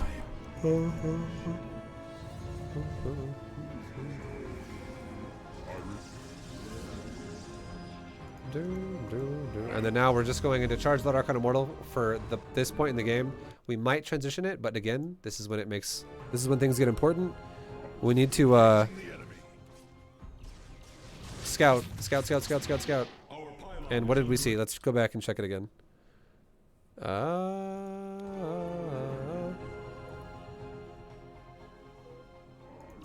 We see a third that looks fully saturated. We see our third that is very close to being fully saturated. And look at this. This is how you can really, it makes sense when you look at the numbers like this. Nobody, this is why you also, guys, by the way, this is a big tip that I don't think I've said yet that some people might not realize, but it's really important. Whenever your opponent takes a new base, and this rule applies up to 4 bases, okay? Up to 4 bases. Or up to 9 minutes, whatever comes first. And this is, try to stay with me here. If you scout the main base right now, for instance, and you're like, all right, let's compare mineral lines to the main. They look about the same. You're not gonna get any information. If you go to the natural, let's compare the natural to the natural. You're not gonna get any information. What you want to do is you always want to compare the newest base to your newest base. And again, this rule applies in 2 ways, up to 4 bases or up to about 9 minutes. And that's it.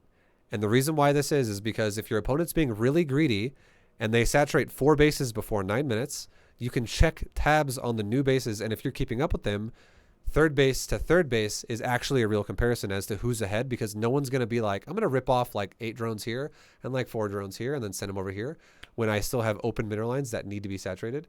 No one's going to fucking do that. Everyone's going to fully saturate what they have, and then they're going to move on. Fully saturate what they have, and then they're going to move on, because that is efficiency. That is optimal. So what is going to happen is the newest base is always going to be the least saturated, which is going to give you the ideal read on how many workers they actually have. Okay, that's a big one. And the reason why 9 minutes is also a factor here, where it is up to 9 minutes, then after 9 minutes it is not as important anymore, is because right around 9 minutes in your main base, you're going to start having half of your mineral line is going to be depleted, which is going to throw numbers off, and you're not going to fully know how many workers your opponent's on anymore. It's not going to totally make sense anymore. You're going to be like, are these new drones or are they transferred drones? Like 9 minutes is when this base is going to be at 8 out of 8. It should be. And then even the natural can start mining out if you expand really fast around 9 to 10 minutes as well. Like around 10 minutes. So again, check the newest base all the time, compare the newest base, and then once you're about like 9 minutes, it doesn't apply. Like the drone count, like the worker count, the game is already established at that point for the most part.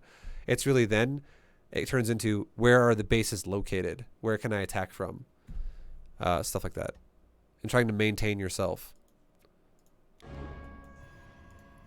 So again, we scouted his third. We saw his third. We also saw that we have a very comparable position to what he has. I feel great. That does not feel bad to Protoss. As a Protoss player, I'm like, God damn, I'm keeping up with the Zerg and drones. That makes me feel like I'm doing well here because, let's look at composition. It's pure roaches versus Immortal Stalker Zealot so far. That is, I'm just going to throw this out there, guys. That is awful for Zerg. You don't want to be equal supply on pure roach versus someone who's going Immortal compositions with gateway units. That's a good way to die as Zerg.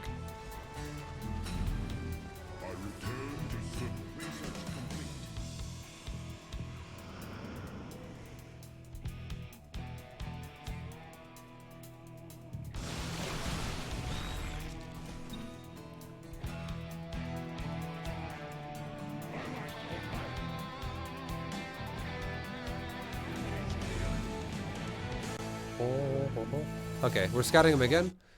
We're scouting him again right here with another hallucinated Phoenix.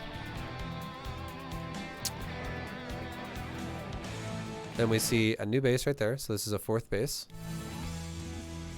And that's our fourth base. So the fourth bases are timed out about the same.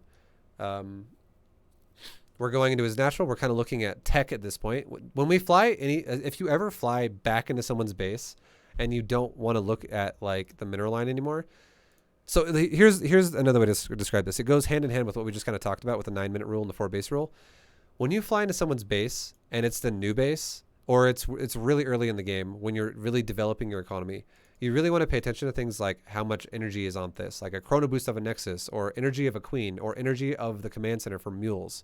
You want to pay attention to how good their macro is upkeeping. Then you also want to look at saturation of mineral lines. That tells you a lot. But as soon as the bases are established, you don't really give a shit about that anymore. And instead what you want to look at is around the hatchery and around the minerals and stuff, and look at tech. Where is the tech or units that you physically see here? What's the composition look like? And so far, what did we see? We saw a roach sitting right there, which means he's still making roaches. We saw nothing new in the natural tech-wise. We go into the main, we see a hive on the way, and then we see a Hydralisk den, and we see a infestation bait, which is needed for the hive. If you remember last time, I told you guys, the only thing that makes sense here is if he has a Spire already, it would very likely be for Broodlords. It's most likely not going to be for Ultras, because even if it was for Ultras and we didn't scout it in time, we would win the game because we're already going Immortals. He would already be like hard countering himself into my army.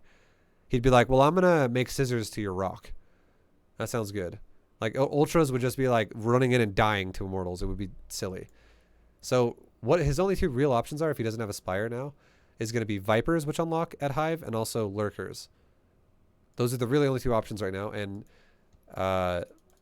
both of those are, you know, they're fine. They're a thing that could happen. It's okay. But if it's Lurkers and we're going Immortals, we're still okay with that. Immortals are actually still good against Lurkers. Like, they perform well. Lurkers and Immortals kind of counter each other. It just really comes down to, like, who positions better. And then, again, that little attack he just did made me feel great. That was like another like 12 or 14 supply just thrown away. It was like 4 or 5 roaches and like 3 hydras or something. It's like a little bit of a lead where I feel like I'm already keeping up with the Zerg, and then if he throws away a little bit of army like that, it makes me feel like I get a bigger lead.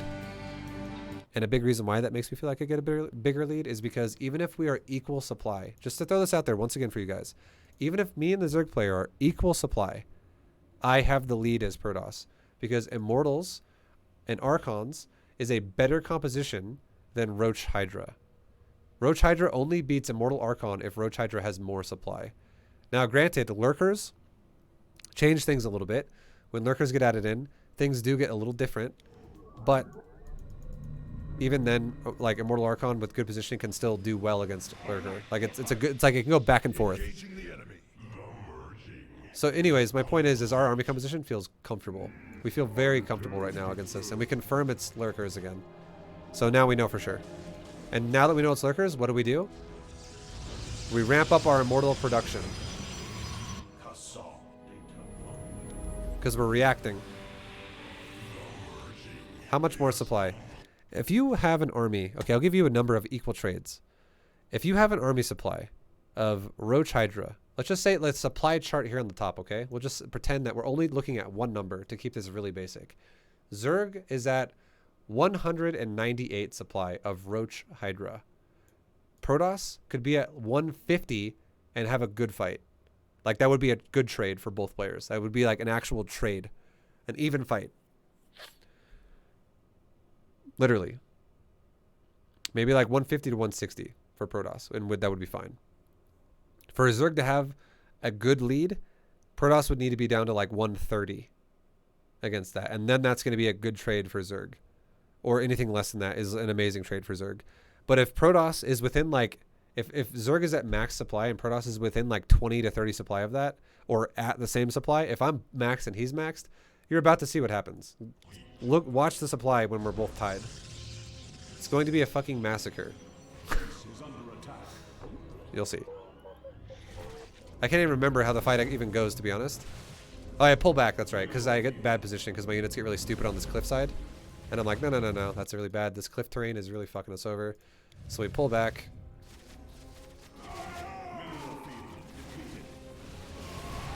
He pulls back. We end up just kind of resetting a little bit. Wasn't the best engagement. Are Protoss units stronger in general? It's not that Protoss units are stronger in general. It's that Immortal Archon is more expensive than Hydras are. One Archon is worth 2 Hydras. One Immortal is worth 2 Hydras. And these 2 units will beat Hydras. They will fuck Hydras up. Like, they will trade better than Hydras do. The thing about Zerg is Zerg can replay, like Zerg can remax so fast over and over and over. That's the power of Zerg. The Protoss army is more like, if you have Hydras versus Archon Immortal is more expensive per supply. Alright, now look at this, boys. This is when the fight really happens, I believe.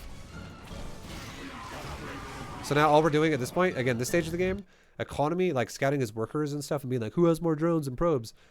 Irrelevant. It's that stage of the game is over. We don't give a shit about that anymore. Whoever's ahead or behind now, at this stage of the game, is decided from other factors. It's not decided from who has more workers. It's really decided from who has more bases. Because both players at this stage of the game, the only reason why the game is not over yet is because both players have now advanced to the next stage of the game. If one player failed in the first stage of the game would have already ended. Like, I would have attacked here and I would have just won the game because he would have been so far behind from the worker position that I just win. That's when that game would have just ended. But because he's able to push me back, it means we both have like probably like good enough economies to like battle each other now in a macro game. It's good enough. So now the second stage begins, and the second stage is literally upkeep now. It's not build up, it's now upkeep of what you already have. It's maintenance. So establishing future bases, maintaining them, and maintaining good saturation of your patches and not allowing your bases to have like all these inefficient mining drones and probes. See, he's got really good upkeep. He's fine. Us, we have Really good upkeep. We both have amazing upkeep. We both have 100% efficiency on 82 probes to 80 drones. That's really good upkeep for both of us. That's amazing. Again, it's just about who can manage it longer. So the game turns into a base trade now. And in base trade scenarios, what do? And now that we're platinum, we'll try and evacuate our probes here and there if we can to new bases, and we'll just make units at a rally point that is at a safe location that I can kind of start establishing a defense at.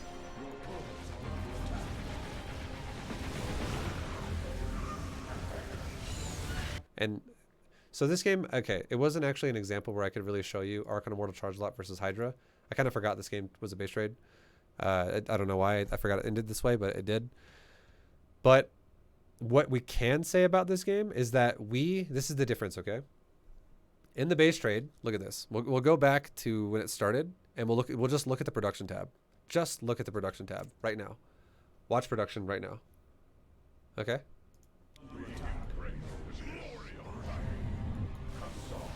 Both of us are losing shit. He does make 30 Hydras. We make Immortals. We warp in Archons and stuff. His Hydras actually just happened to be killed as we were kind of running his base over. They spawned into death. And then he had another round of Hydras spawn up here. And now they're kind of isolated. But it's just, there's not enough. We kill him.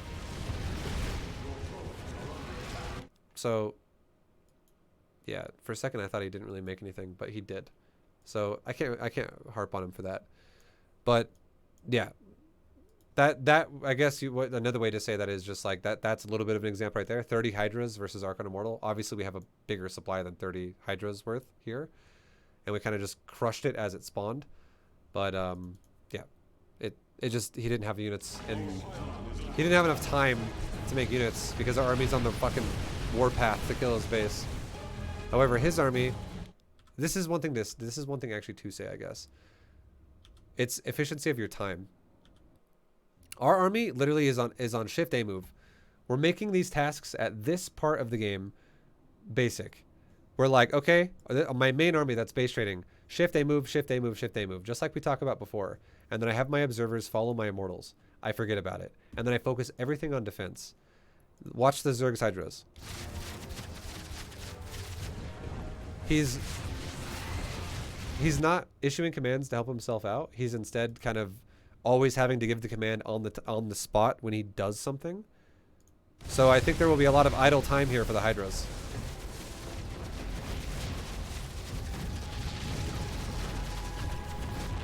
And these are precious seconds that need to not be wasted. And this is actually why we crush so hard. Because we just run over his like reproduction cycle really fucking fast, and we are already now pushing into his main, and he's only at my third still. My natural is still fully intact, and we just ran his natural over.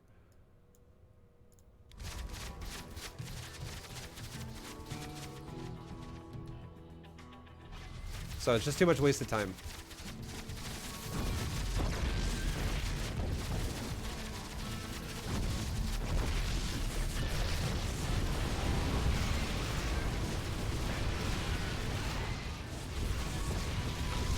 And again, for Protoss 2, I do highly recommend getting a Dark Shrine like we did this game, maybe a little bit earlier. Like the second you realize, oh, base trade, maybe it would not be a bad idea to start a Dark Shrine immediately then. Or you can even start a Dark Shrine when you're maxed out and you have a little bit of a bank for positions like this.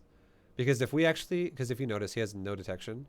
If we would have just made like 8 or like 10 Dark Templars and just started attacking his army while we pushed our main army into his base, suddenly DTs kill his entire fucking push because he has no detection. Yo, thank you for the sub. Kanakatala. Thank you. Much appreciated. But again, long story short, simply put, this game was decided when we kept scouting and realizing our economy was matching the Zergs, which is good for Protoss. And then on top of that, we scouted his composition, which was Lurker, and we just made more Immortals. We were like, cool. That's really the two baseline things of this game, I would say. There was never like a position in this game where we were feeling like unsafe or unsure or thinking we were gonna die. So it just we knew how to read the game. Future economy, like scout all the economy and prepare yourself as well. Prepare yourself.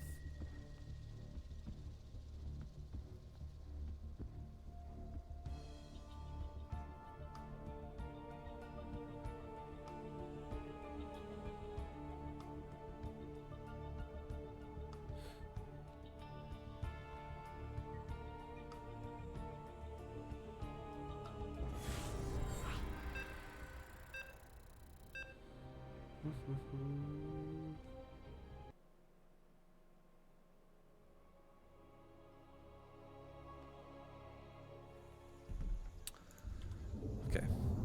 We are against a Zerg again. A Zerg! Oh my god, Takari. Holy god, dude.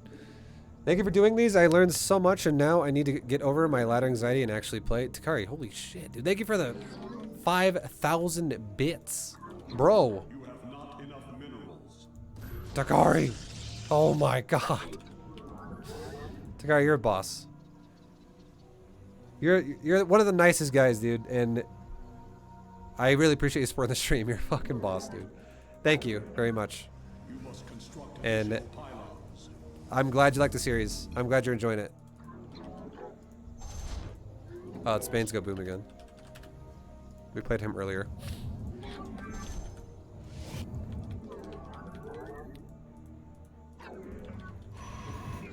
Okay, so we're scouting his base. Checking all the stuff. We also see, guys, look at the minimap. He took a natural. So let's take a natural. We re-rallied our main to our gas because we're fully saturated in the mineral line, and right now I care about getting the Nexus, not about getting the gas. Even though I will still build probes for that gas. Boom.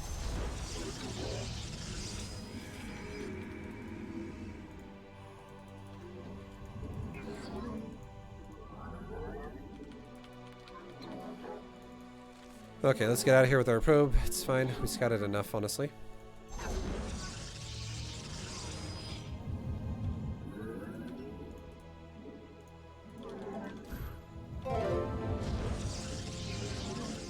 Yo, zone hack. Zone hack, bro. Zone hack. Thank you for the 5 gifted sub pack. Zone hack. Appreciate you, dude.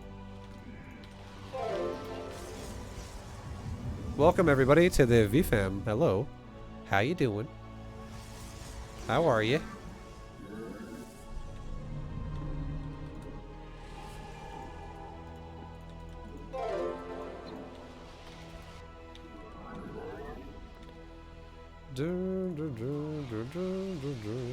Okay, we should take another pylon here and get ready to kind of like somewhat start walling this off.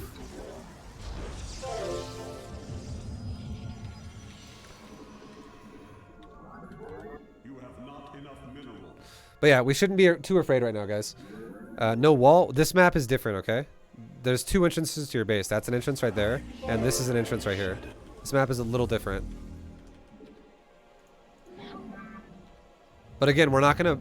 He expanded, and he made a really late pool, so there's nothing to be afraid of. We should not be afraid of, like, oh my god, what about a speedling flood? Because we know his we know his pool is super delayed. So I have more than enough time to optimally take my wall and not rush my wall like that.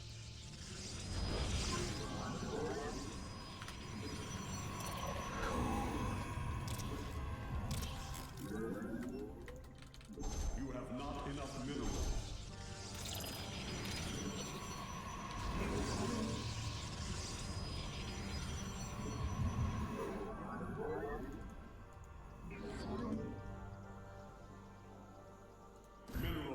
Okay, let's go ahead and take a third base again.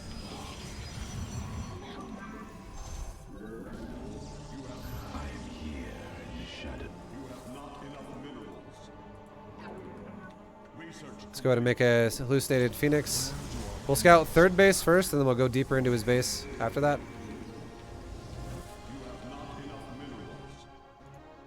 Let's start spreading pylons around my main.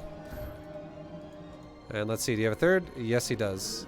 Third has like 10 drones on it already. So he's definitely playing Zerg the way you should be playing Zerg. He's being very greedy. Understood.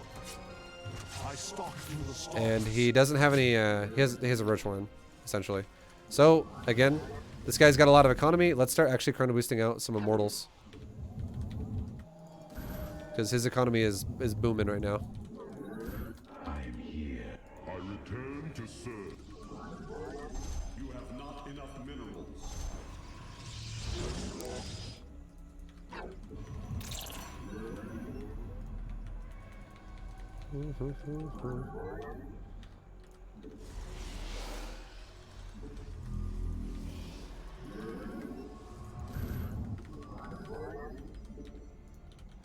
I'm here in the shadow. Let's kill this Overlord. We're just making probes still. We're chilling. We're just, you know, keeping our build flowing right now pretty much. You have not enough minerals. Let's go ahead and get Archon Tech. You have not enough. We got charge and +1 weapons on the way. And also, guys, if we're gonna be doing charge lot builds like this, like charge lot Archon Immortal, we don't go triple forge anymore. I think I'm gonna stop doing triple forge. I feel like that was a thing that doesn't really work as well anymore. And like my army's too delayed when I do that shit. If I get all in by people in plat, because that last dude killed me with that. He actually knew how to make roaches pretty fast. So yeah. I return to serve.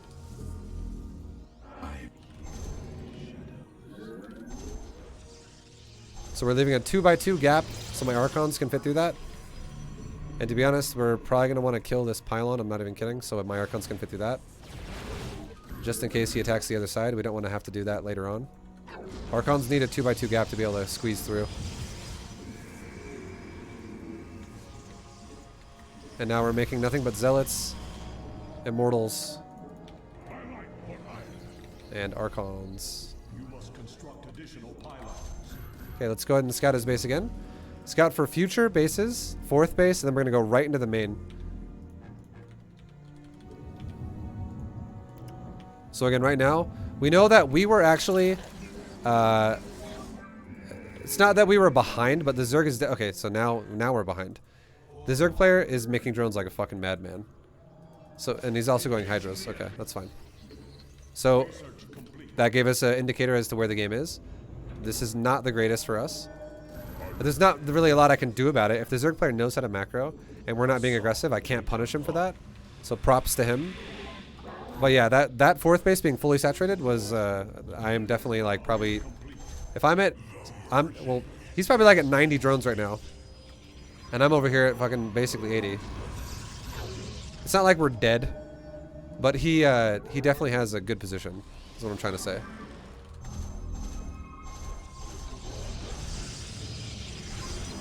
Now that our probe count is done, we'll go ahead and start going into more gates.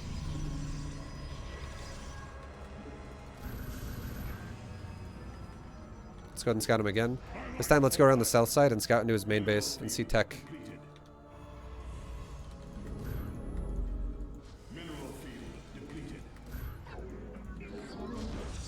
Saturate my gases properly. Take another base. There's another base right there. Okay, so he's yeah,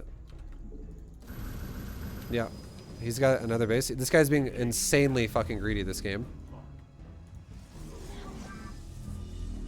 So make 1 Stargate because look at the Greater Spire. Actually, you know what? Just kidding. Let's make 3 Stargates.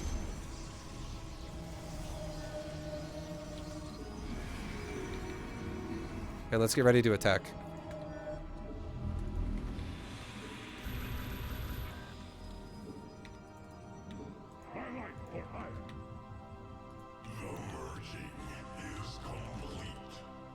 Okay, we are at 84 probes. You have not enough minerals. Okay, so we found his bases that we needed to find. That's not a mystery anymore. Whoop! I just killed my own boy. Okay, he's attacking me already, so it's fine. And we are maxed out. So we're A-moving his base. Right there. Then we can shift A move. We'll just A move for there for now, because my army might need to be rotated. A move over here now, because my army's getting kind of split up. Now, let it happen. Go back to my base, and let's make the transition. Like the building for the transition that will inevitably come later. And keep making units.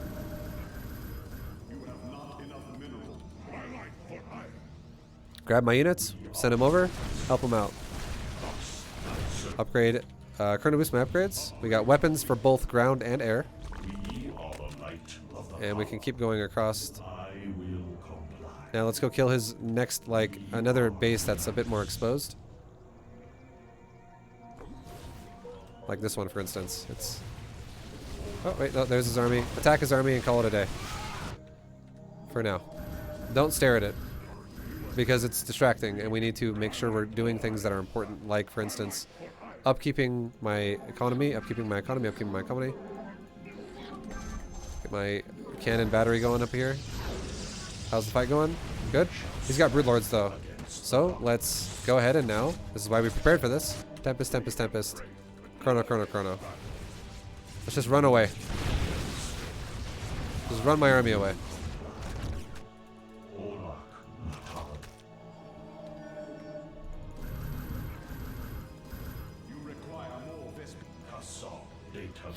No voids? Well, you can make voids too, but here's the thing. This is why... Oh my god, it's micro. We were running away. We were running away. We were making a choice that goes, oh, he's got broodlords, run away. Because are we going to just stand there with fucking immortals and die? We're running away.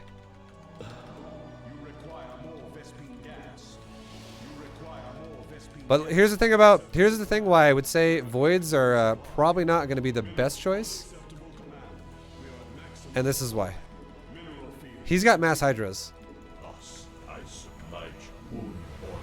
If I make voids and I send them into Hydra Broodlord, his hydras are very able to pop my void rays. However, if I go Tempest, his hydras cannot really engage my Tempest properly, and I can actually kill his broodlords this way. The voids are way squishier than, because they have to go in so close.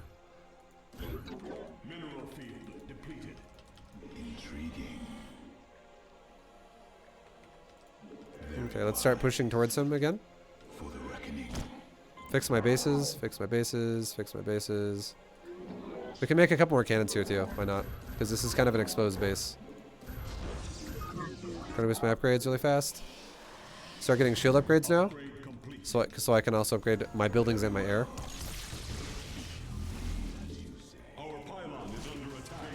Okay. So let's do this. Let's group my army up. Let's just do this. This is how we can do. Send zealots and attack his base. Green box my army, group it up, click on the nexus that's getting owned, and recall my army. Okay, do the next nexus then. Oh, it's on cooldown, so fuck it. Base trade time. Doesn't matter. Does not matter.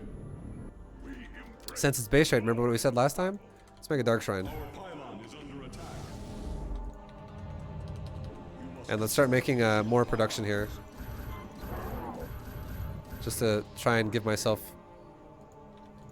supply.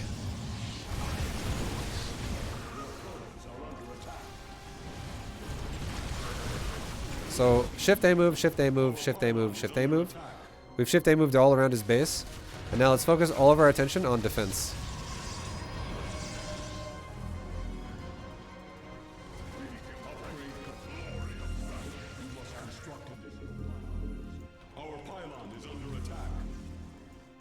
Okay, let's chrono boost out these Tempest. And Dark Shrine's almost done, guys. Let's run our probes away.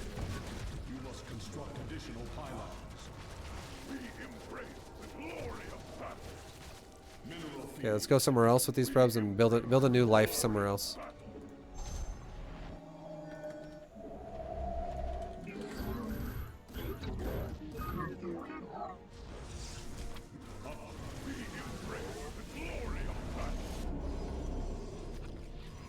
Okay, let's send my Tempest over to like the cliff because it makes a lot of sense because then they can't really die.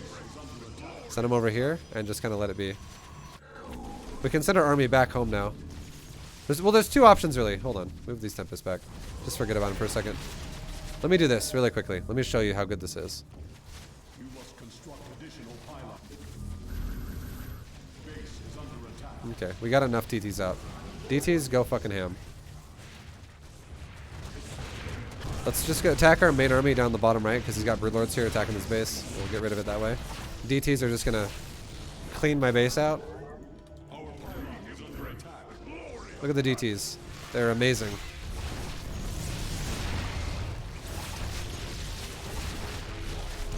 Pretty good. DTs are like the ultimate base trade unit. GG.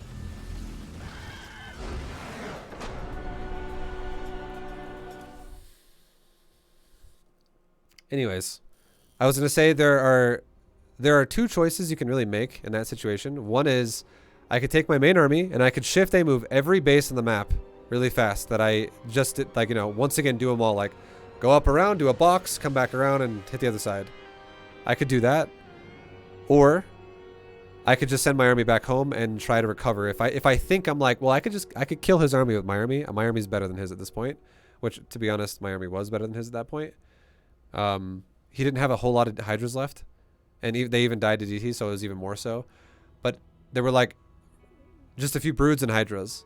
And we had a nice, well-rounded army still, because we actually killed off some more of his units throughout our base dying to our cannons and our batteries and things like that. And the Tempest we made. The other Tempest defensively that we made.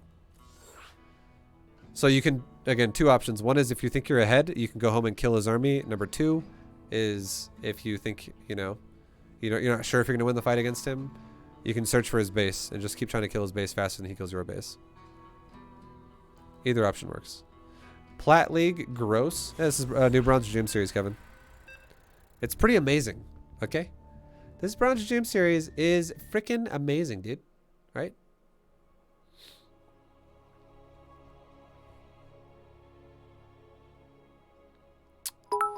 Yo, Giorgio, RDZ. I don't know why my bot isn't talking. Why doesn't it talk? Thank you very much, though, man, for the 2,000 bits. Amazing series. Amazing series, man. Thanks for helping me enjoy the game instead of punching my monitor in frustration. Yo, dude, thank you so much for 2,000 bits. Much love, dude. And I'm glad it helps. I'm glad you're... I just want, like, what I really want is I just want you guys to walk away from watching this series and be like, I actually know what the fuck I'm talking about. And I feel like I come into the series and then I leave knowing a little bit more about StarCraft. Whether it be just knowing how to play the game, like macro, macro, macro, or suddenly you're that guy who's like, I actually understand what things mean a little more. So I'm glad you like it, man, and thank you very much for the support. Also, shout out to Tank Possum for the 7-month resub. Welcome back, Tank Possum. How you doing? Glad to have you back. That's a promo there, guys, by the way. Sorry. Platinum 1. Forever Platinum gave us the promo.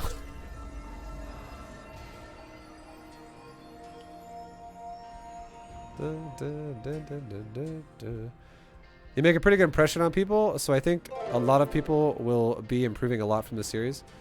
I hope so. You know what my dream is, guys? Before I end this video, my dream is that one day, I have a dream that one day people will not be judged by the color of their rank, but instead by the knowledge of their Twitch chat text. I have a dream, motherfucker.